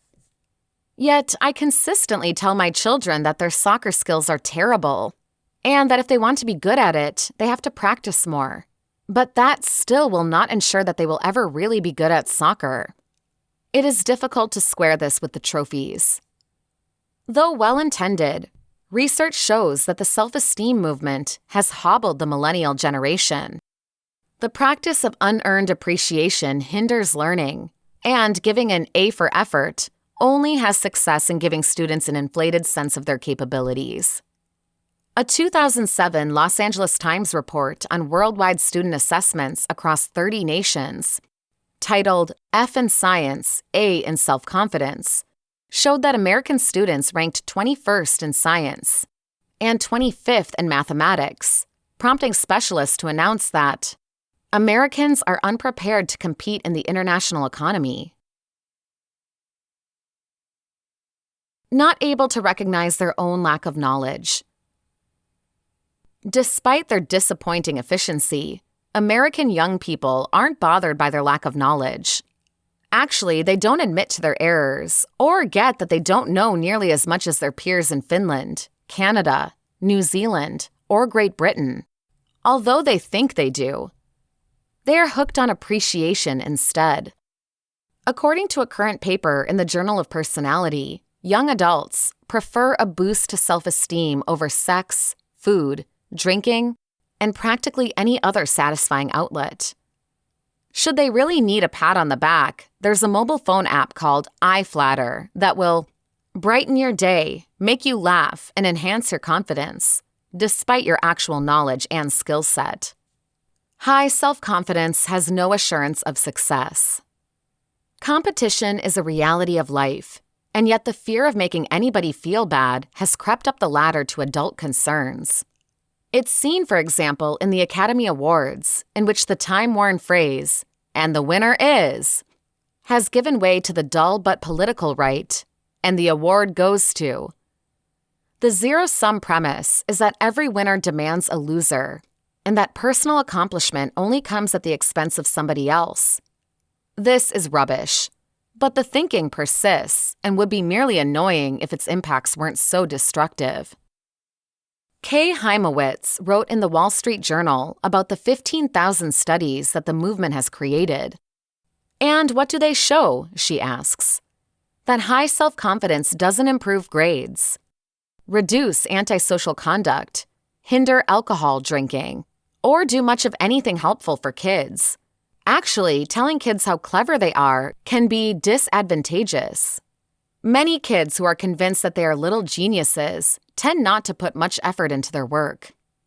Other people are troubled by the hidden anxiety of grown-ups who feel the need to praise them constantly.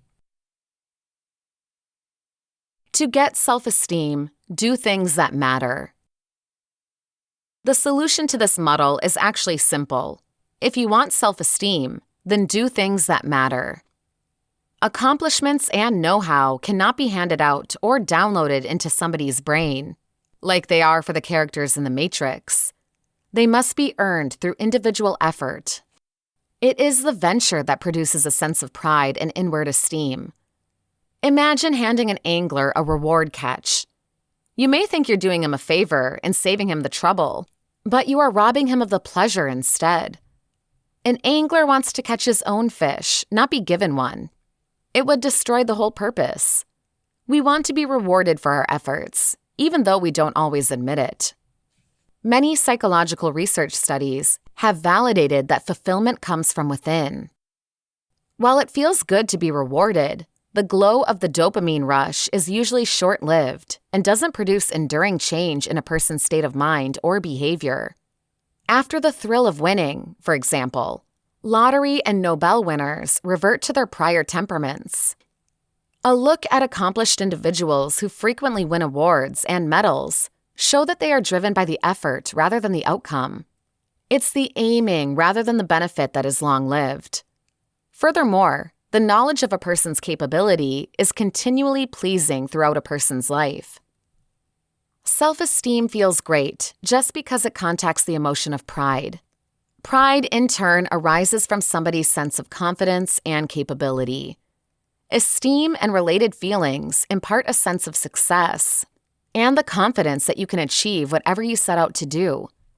In addition, the feeling is fun.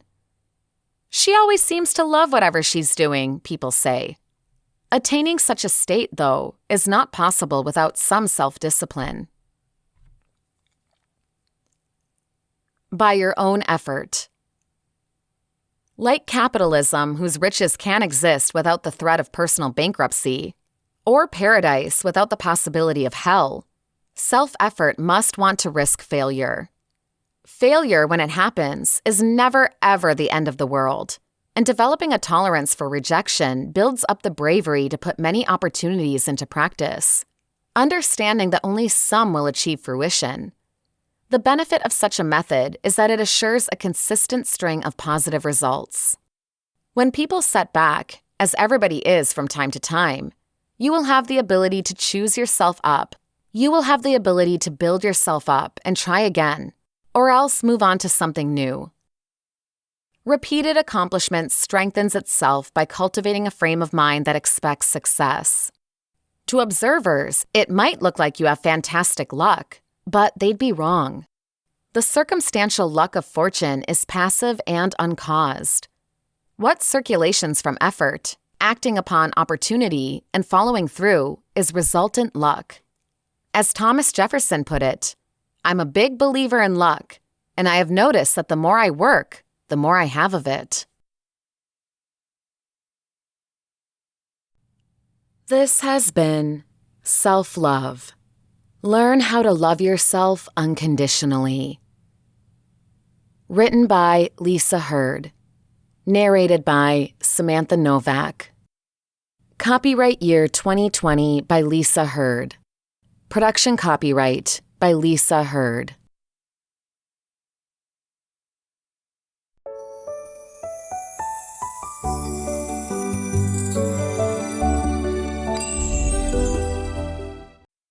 Self-love.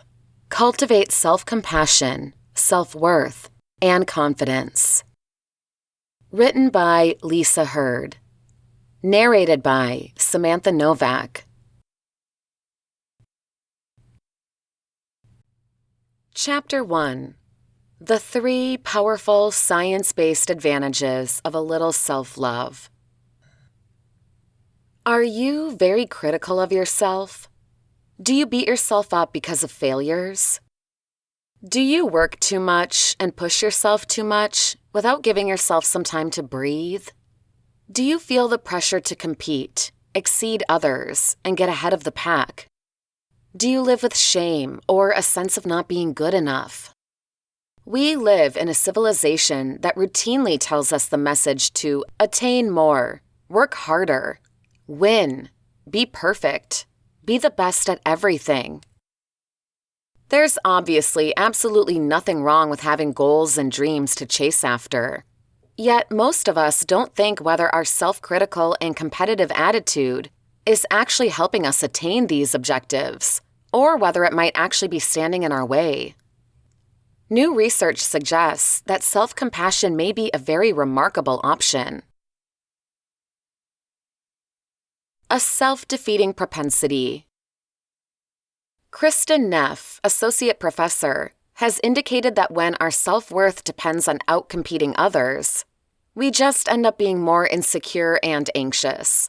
If we fail, we end up being highly self-critical, contributing to our anguish. Confronted with criticism, we become defensive and feel crushed. We forfeit in the face of challenge. In addition, competition promotes disconnection, rather than building social connection, which research shows is essential to well-being. We see others as challenges to overcome, and we ultimately feel more apart from others. The essential objective of our desire for success is to be effective, to belong, and to be loved, yet, ironically, self-criticism and competition end up having the reverse impact. This is what's happening so much today, and most of us don't even see it. Even though they stare at other people's social media lives and assume that those are perfect. Self-compassion, a healthy alternative that reaps results. Although self-criticism leaves us helpless and troubled, self-compassion is at the heart of empowerment, learning more, and confidence. With self-compassion, we value ourselves, not because we have judged ourselves positively and others adversely, but because we're intrinsically deserving of care and concern like everyone else. Self-compassion means treating ourselves as we would a friend. Instead of scolding, judging, or adding to a friend's anguish, we listen with empathy and understanding.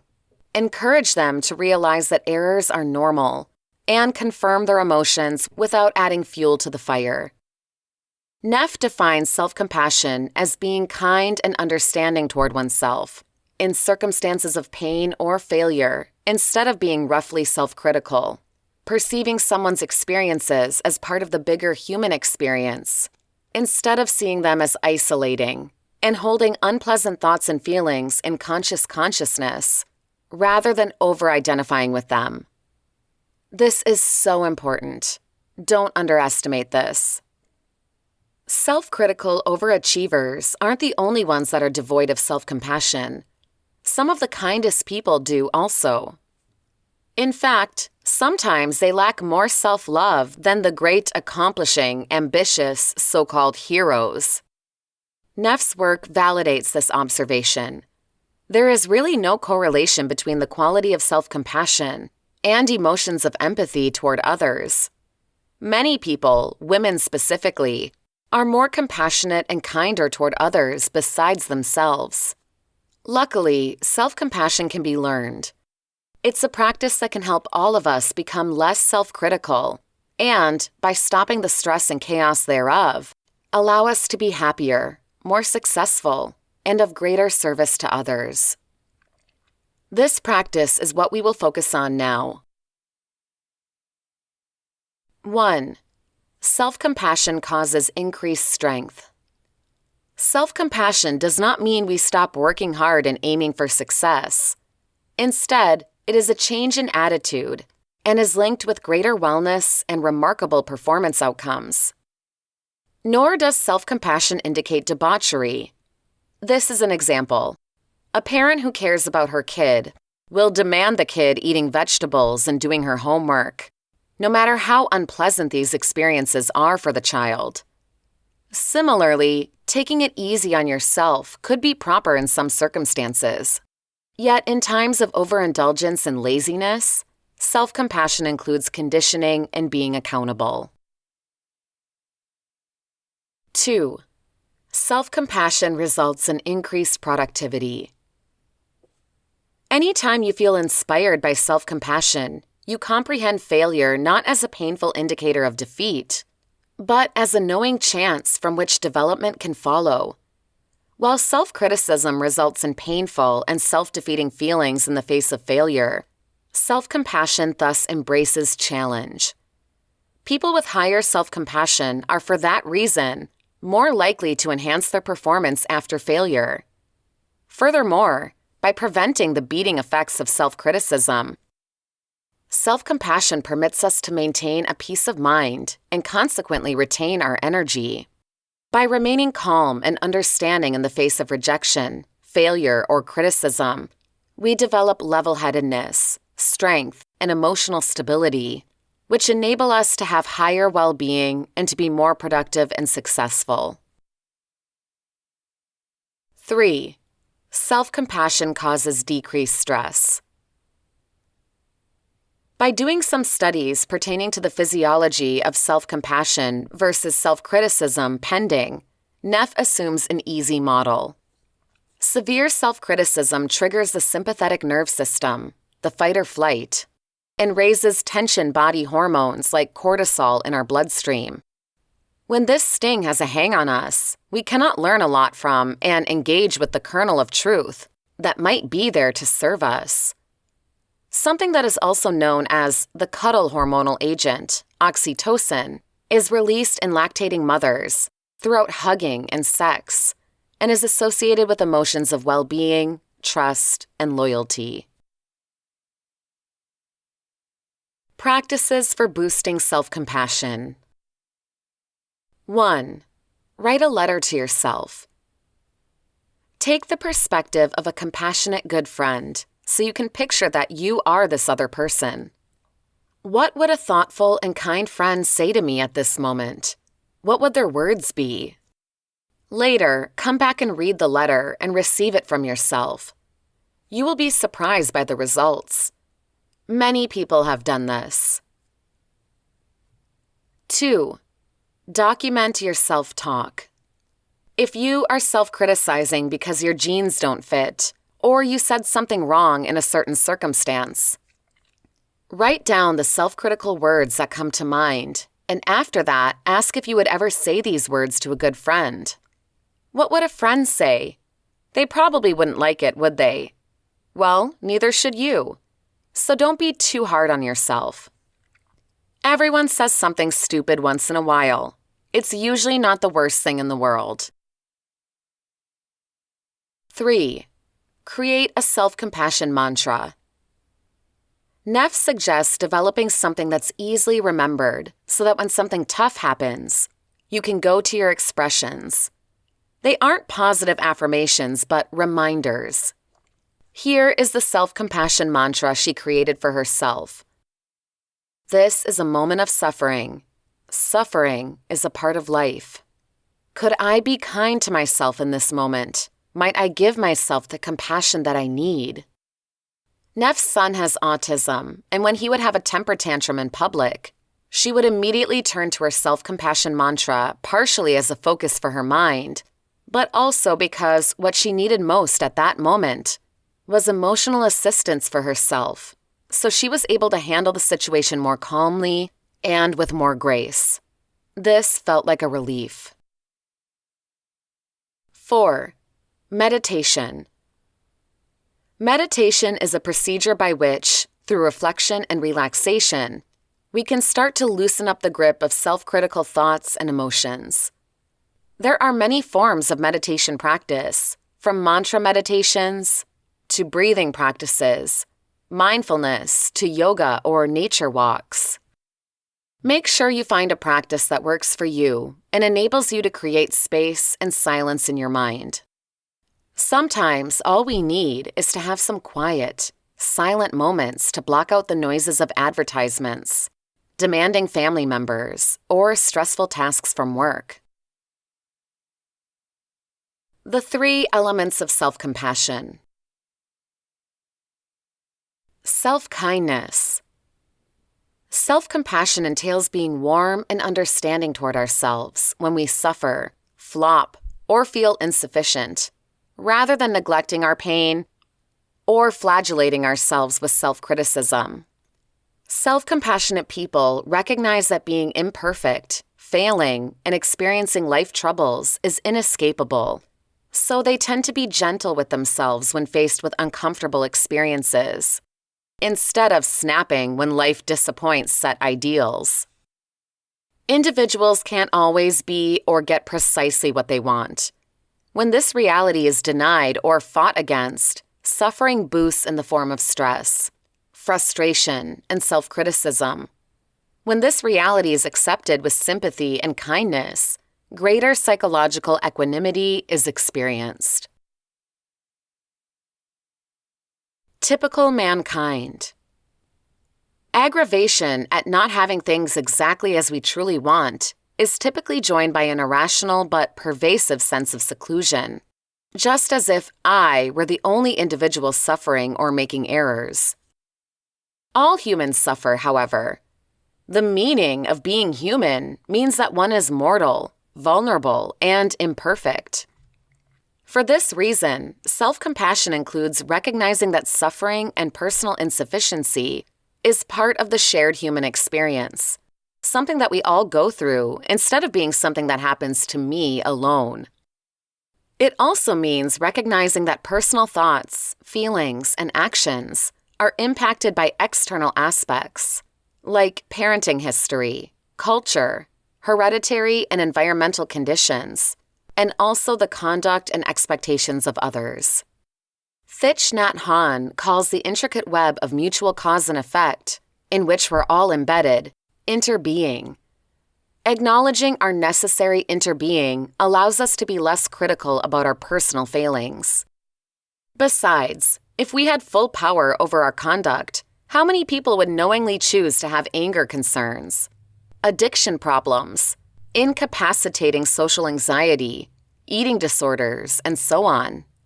Many aspects of ourselves and the circumstances of our lives are not of our choosing, but actually originate from countless factors, genetic and/or ecological, that we have little control over.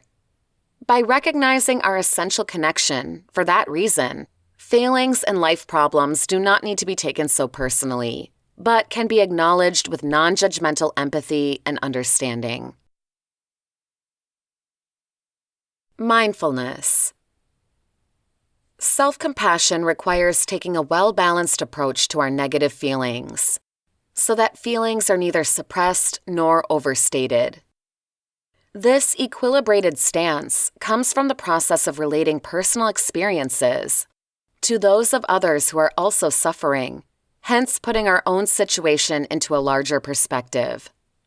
It also originates from the determination to observe our negative thoughts and feelings with openness and clarity, so that they are kept in mindful awareness.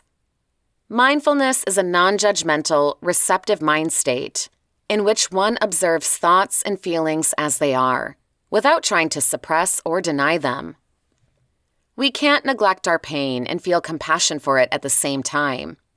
In the meantime, mindfulness requires that we not be over-identified with thoughts and emotions, so that we're caught up and swept away by negative reactivity.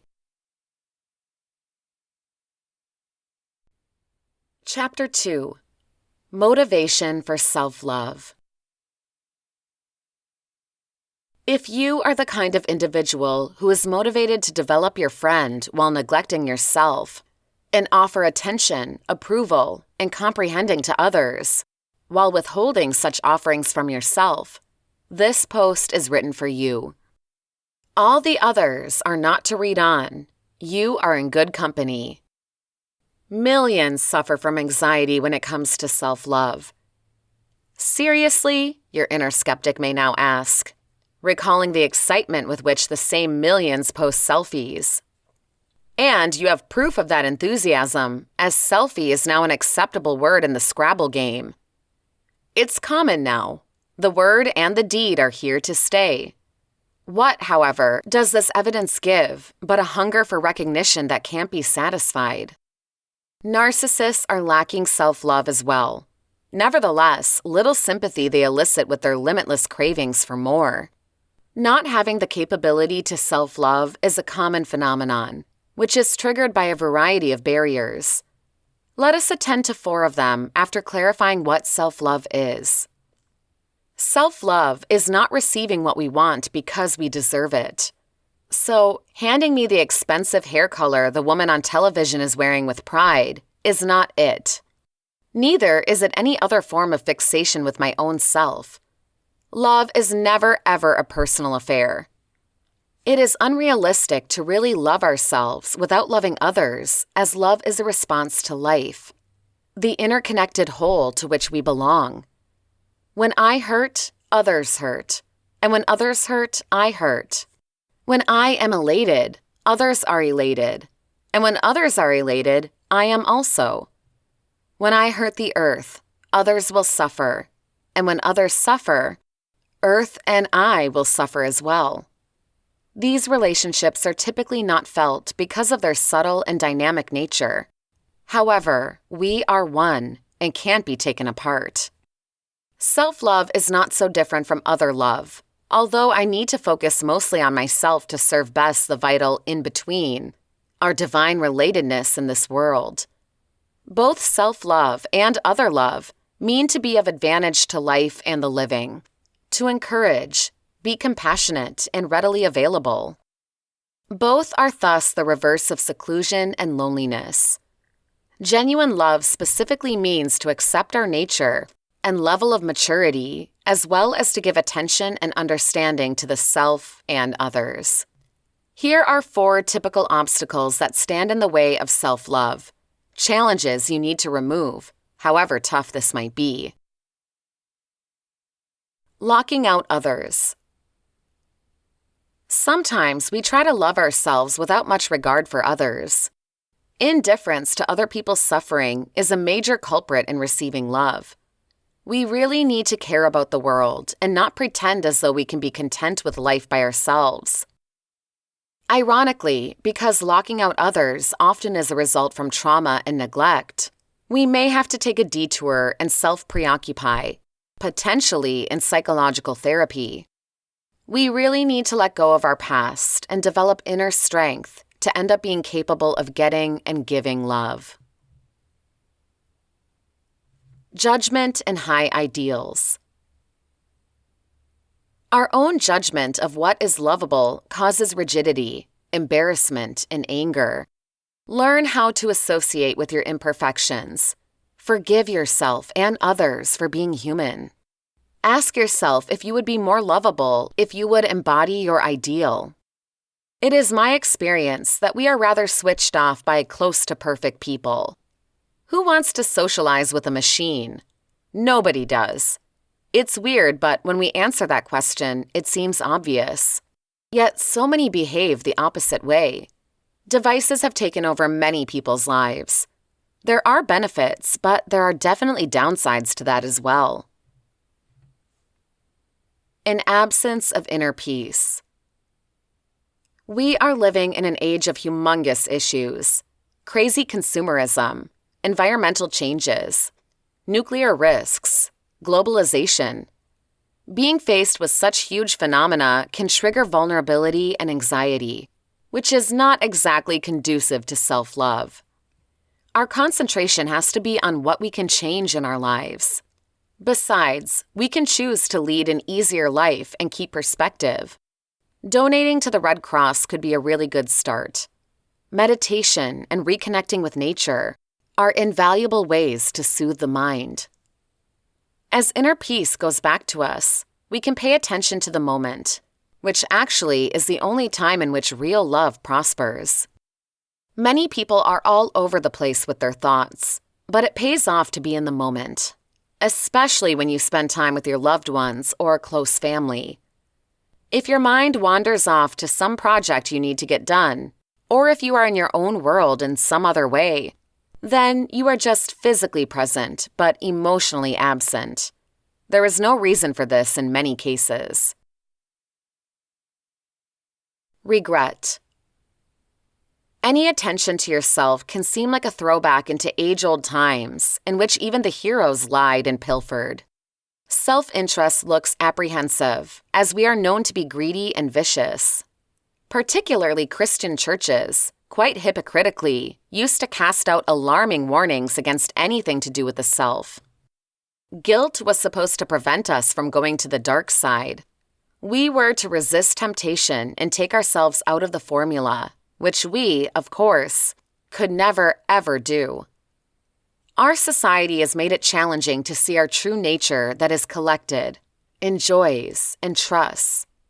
We are born to experience empathy, open our hearts, feel quiet with the stars and trees, and live with enthusiasm and will. Perhaps we need to give ourselves permission to self-love.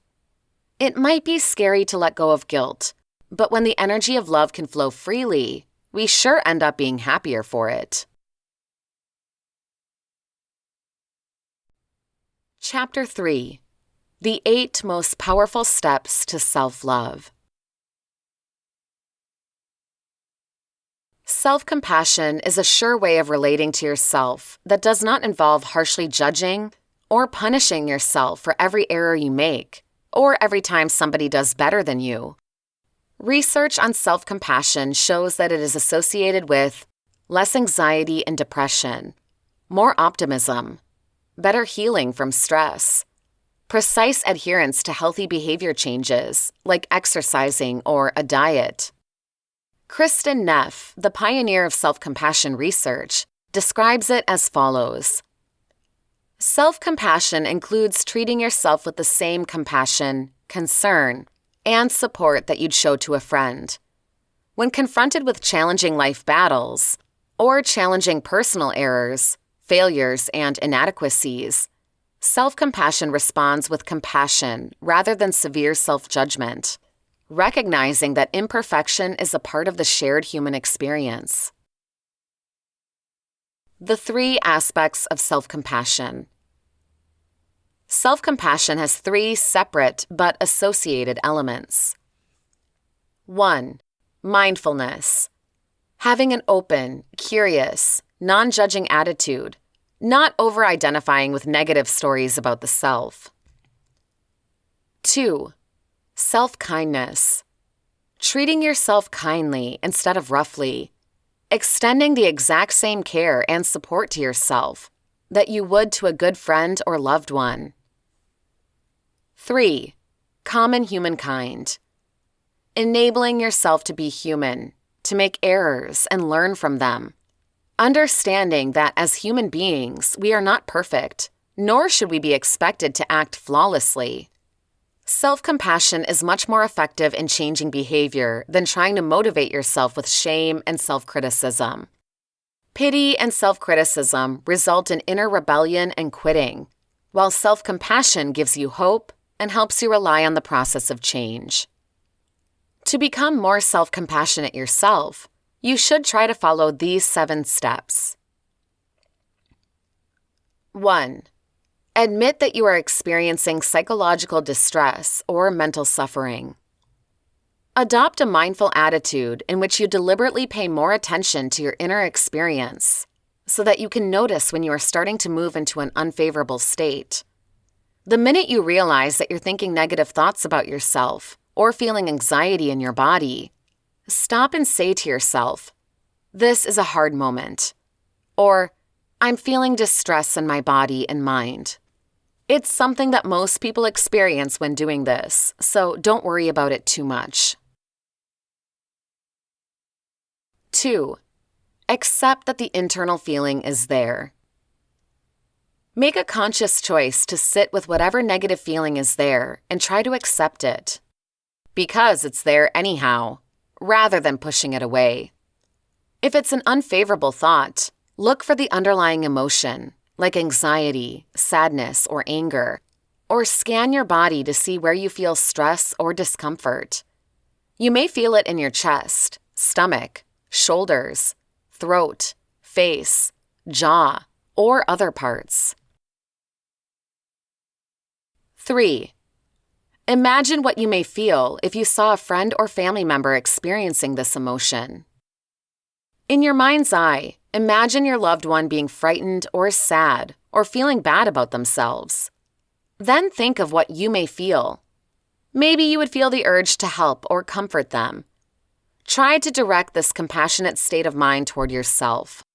If you notice any resistance or thoughts of, "I am not worthy of empathy," acknowledge them and try to direct empathy to yourself anyhow. You may want to ask yourself why you think others should have compassion but not you. 4. Challenge your negative narrative from your past self. If you can't feel empathy for yourself just because you feel undeserving or bad, try to think about this as an old story. Notice the old story of why you are feeling bad. Now find a way to challenge this analysis. If you acted in an unhealthy or careless way, ask yourself if there were circumstances that influenced your conduct. Maybe you experienced some trauma, or a lot, or you were trapped in a difficult situation. Now make a firm commitment to try to learn from the experience, rather than beating yourself up over it. Other ways to challenge the story are to ask yourself if you are seeing things in black or white, if you're being too judgmental, or if you're seeing the circumstance from only one perspective. Are there other, friendlier ways to see the circumstance? Are you expecting yourself to be perfect instead of enabling yourself to be human? Nobody is perfect, even the people who pretend they are. 5. Think about how everyone messes up at times. It is tempting to think that you are distinctively messed up, while everybody else is an apotheosis of virtue. In fact, even the most effective people make serious errors. Think of all the errors politicians make. But making a mistake does not reverse all of your accomplishments and successes. Neff mentions common humanity as an aspect of self-compassion. Humans are learning, developing beings, instead of finished products. We're all works in progress, if you think about it. We are all learning, some faster than others. You too can go at your own pace. 6. Decide what it would require to forgive yourself. If your conduct hurt you or another individual, ask yourself what it would take to forgive yourself. Think about whether you want to apologize and make amends to the person you hurt. If you hurt yourself through addictive behavior, evasion, ruining relationships, or otherwise acting unwisely, make a coping preparation for the next time you are in a similar situation so that you can start to act in a different way. Everyone can start over, no matter what they have done. You can decide to be different today. 7. Make sure to use self-talk to motivate yourself. You could say something like, "It doesn't help to beat yourself up," or "Everyone makes errors at times." You might want to acknowledge yourself for trying, even if you weren't successful.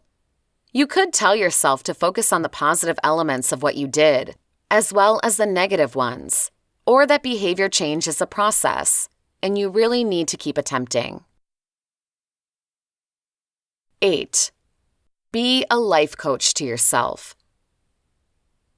Rather than punishing yourself with negative thoughts, carefully guide yourself in a positive direction.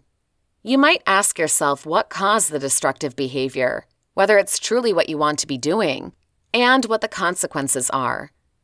Tell yourself that you have other choices, and it is never, ever far too late to change. Then think of a concrete step you can take right away to move in a more positive direction, or get up and try again. If somebody else was mean and you let them get away with it, think of how you can set a limit or boundary to stop this from happening again. Chapter 4. Is self-love healthy or narcissistic?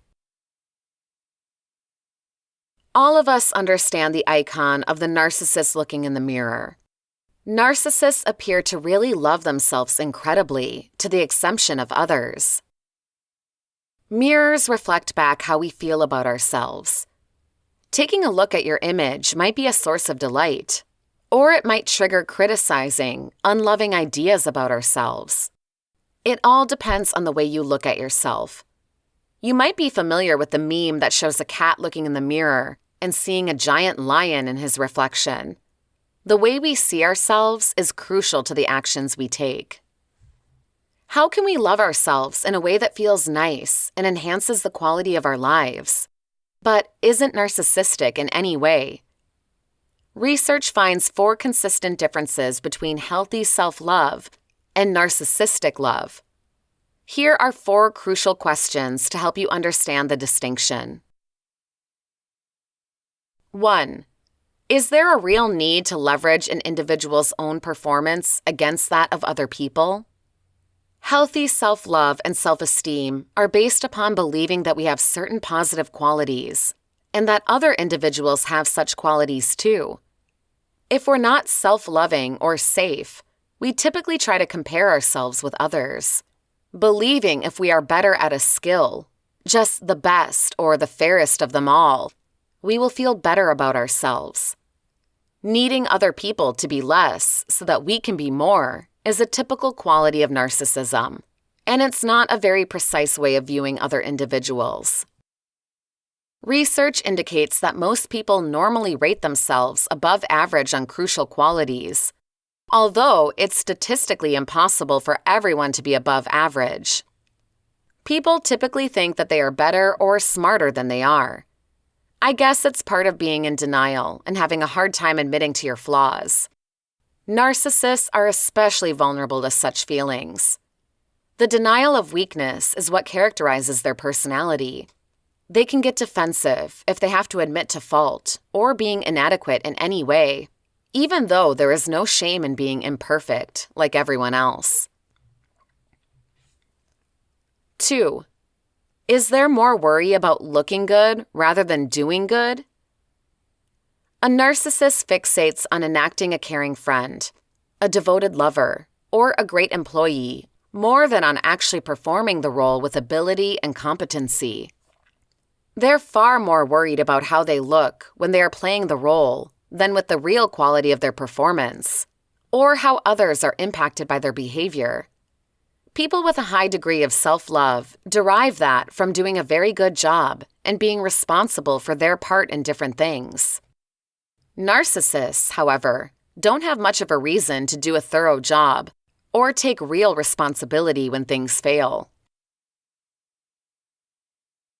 3. Is there a fixation on external validation? As they care more about shame and honor than genuine effort and the honor of trying, instead of succeeding, narcissists really need others to confirm their worth. They really need consistent affirmation from others, simply because they have not internalized a sense of merit, self-compassion, or genuine high self-regard. They may do all sorts of crazy things to win praise and recognition. Narcissists also tend to measure their merit based on status symbols like jewelry, outfits, attractive romantic partners, etc. Many people with healthy self-love are guided by their own internal values and act in ways in which follow those values and which support their positive emotions about themselves. 4. Do feelings and attitudes appear black and white? Research indicates that narcissists have a tendency to either love or dislike things and don't endure the gray areas. Individuals with healthy self-love have developed more ability to endure uncertainty and subtler feelings. Healthy self-love is connected to the ability to experience one's own vulnerability, which can be threatening to narcissists. When we begin to feel our vulnerability, we naturally start to feel more self-compassion, and this helps us feel more connected to others. If we can't tolerate our own awkward feelings, we are more likely to forecast them on others, which can produce dispute, isolation, and self-disillusionment. Go ahead and try the following. In my work on mirror meditation, I have discovered that the mirror can also be used as a tool for much deeper self-awareness. Rather than using your mirror for self-admiration or self-criticism, you can use it to understand yourself. When we're more aware of ourselves, we are not as likely to predict what's going on inside of us on others. We have more choices of how to respond to our feelings, and we have less reliance on others for affirmation. Sit in front of the mirror for 5 minutes without distractions and notice any propensities to self-criticize or captivate yourself to fill a void. Just sit and be open to your thoughts and emotions as you look at yourself, without objective, besides to be present with yourself. Chapter 5. More about narcissism. Love has been described in uncountable ways throughout the centuries by royalty, commoners, troubadours, fortune-tellers, philosophers, spiritual leaders, medical professionals, and researchers. Though there's no singular definition or description of love, It is usually accepted as a principle of shared selflessness, sacrifice, and peace. As people, we want this sense of nearness and acceptance and seek it throughout our lives. As was claimed in the popular TV show The Marvel Years, all our young lives, we search for somebody to really love, someone who makes us complete. We choose certain partners and then change them. We dance to a tune of heartbreak and hope. All the while, we are wondering if somewhere, in some way, there's someone flawless who might be searching for us. When speaking of or dreaming about love, we tend to only focus on the passion and ignore the personal love. Self-love is closely connected with self-confidence and pride. It means holding yourself in high enough regard that you turn down attacks on your mind, body, and soul from people who are out to hurt you. A lack of self-worth makes one an ideal victim for the essential beacon of extravagant self-love, the narcissist. A narcissist is an individual who has a highly inflated sense of worth, extreme self-love, and a constant need for recognition or adoration. A growing body of research work has developed that narcissists are incapable of truly loving another person. In fact, the term narcissist is based upon the Greek myth of Narcissus and how his search for the ideal partner ended up with him captivated by himself. Whether an individual is a grandiose narcissist or a vulnerable narcissist, the base of the matter remains. Another individual can never suffice, sacrifice enough, or provide enough to keep a narcissist content. Still, this doesn't mean narcissists don't seek out love. This just means they seek it from a person who will easily fall victim to the emotional roller coaster. A low level of self-respect leaves a person open to narcissistic emotional control. Shelley was in a horrible marriage for 10 years before calling it a day. Quickly after her marriage ended, she met Martin and they began dating. Shelley recalls, Martin did a great job of hiding his vulnerability until several months into the relationship. I was so relieved to be out of my marriage relationship that I didn't understand I was leaping feet first into a similarly bad relationship. As time went on, Martin's treatment of Shelley degraded into mental and emotional abuse. Shelley attributes this acceptance of his actions as a reflection of her own new self-love and respect. My ex-husband had told me a lot of times that no one would want me or take care of me the way he did, although he easily confessed he did not really love me. I also would have other dates tell me that I was undesirable as a single mother. I guess I just began believing that this was the best I could get, and I accepted it. Lexi was another woman in a similar circumstance. Her ex-boyfriend was psychologically abusive and belittled her every day of their relationship. She says, I began to believe what he was saying was true.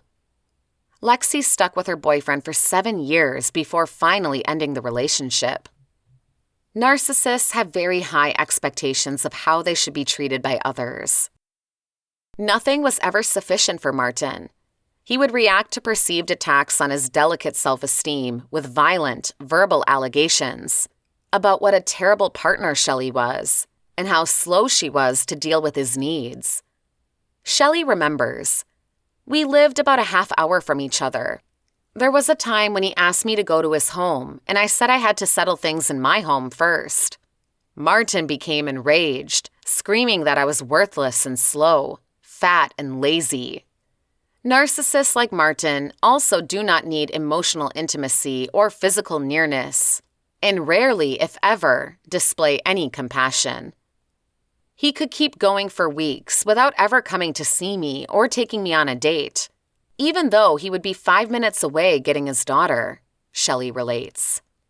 If I mentioned that I wanted to see him or if I got lonely, Martin would just tell me that I was being selfish and demanding in regard to his minimal time. Similarly, Lexi's partner always demanded attention beyond him, to the level where she stopped seeing her friends or family. She was not allowed to go out, but it was all right for him to go out drinking with his friends and not come home during the night. Martin was unable to control his feelings, swinging between deep anxieties where he would dislike Shelley and manic highs where he would propose marriage. The mad outbursts and the violent words would build his self-esteem back up, making him feel in charge and Shelley to be weak. It's normal for narcissists to react madly and explosively when they feel threatened. Lexi was pregnant when, at the time of an argument, her partner began calling her names and pointed at her stomach and said the kid was not his, despite the two being in a devoted, prolonged relationship. Before he left for the night, he said that my daughter will be screwed up in the head like me. Another narrative individual, Maggie, recalled that throughout her marriage to a vulnerable narcissist, he would not answer any questions straight. He began getting really upset with me when I would ask questions, and he would cut me off economically. Shelley associates her improved self-esteem and self-love to being able to end the relationship with Martin. I did a lot of inner reflection work and had tons of conversations with my counselor. I informed myself about narcissists and toxic relationships, changed my mental focus, and forced myself to begin believing I was a very good individual, deserving of a relationship with a person who respected me. When I took the power away from Martin, he could not hurt me anymore, says Shelley. Lexi remembers, when I finally broke up with him, there was a relief that came over me. It was really calming. In most cases, a narcissist thoroughly monitors their conduct in the early stages of a relationship. Even the strongest individual can be tricked by a skilled narcissist. Obtaining a strong level of self-love or pride is the only way to break free from a conceited partner.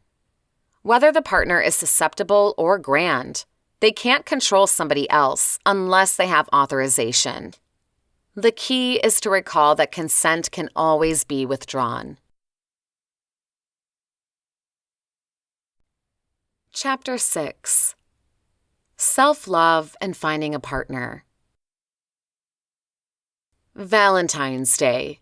It's that time of the year, hearts and cupids in every corner. The pressure to really love and be loved is at its peak. Even though the number of marital relationships could be reducing in the United States, the hunt for friendship is far from extinct. Regardless of whether it is quantified by the minutes swiping left or right, 50 first dates, or years of long-term relationships, many still spend a very big portion of their lives looking for the one. For some, this has been instilled by the subtle hints from nightly youth fairy tales.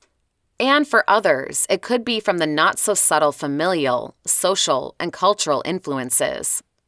Additionally, at times, this force ends up being internalized, and people find themselves perpetuating their own pressure.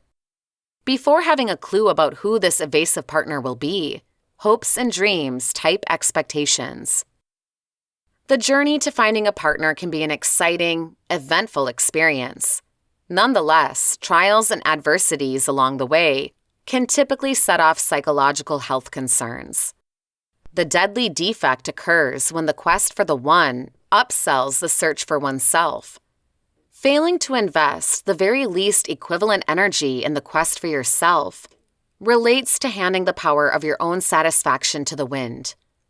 Without this introspection, hand in the chips, as you have given your capabilities to grow and look for happiness to chance. There is nothing to be embarrassed of when longing for partnership. Simply be sure to stay away from ignoring yourself in the process. Your specific definition of self-love originates from you. Nonetheless, the following steps might help you regain focus on the one that truly matters, which is you. What you look for is seeking you. After reorienting your search, consider what it is that you look for. Dive past unclear generalizations and assess what qualities, attributes, and values you wish to see in a partner. Turn this list and consider which of these qualities and values become a part of who you are. It is not to say that a replica of yourself is the best partner, though. It is all too typical to disregard a deeper level of reflection when trying to find the one. In diving deep into self-reflection, You may find and embrace your true self. Yet, it is possible that this timely causes utter confusion. If so, relieve frustration and take the wheel as you journey towards learning who you truly are. Many of us have a false sense of identity. We attribute our identities to our performances, our bank accounts, our looks, intelligence, or anything else that is actually volatile, vulnerable to change, and temporary. A strong sense of our true value as potent, capable, well-intending human beings is lacking in most people. Fall in love. Give yourself the love and grace that you might want to give to another. The risk of seeming self-centered, egotistical, or self-serving may trigger you to be frightened to put energy towards self-love.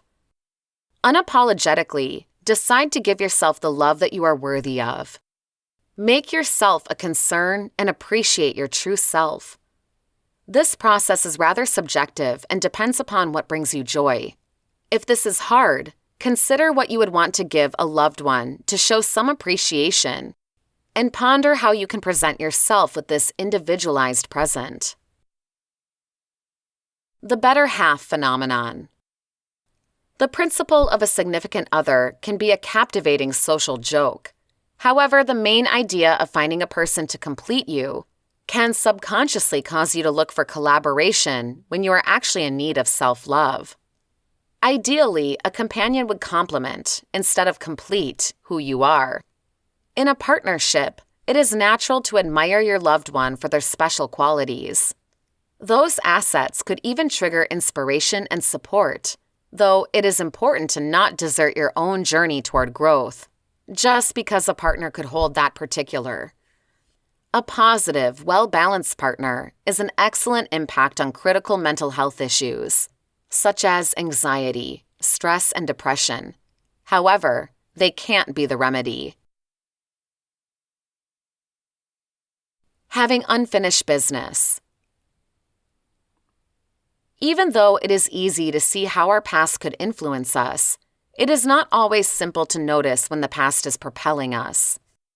A difficult task that's vital to consider right before considering friendship is how lived experiences might be triggering us to seek a person to help the healing process.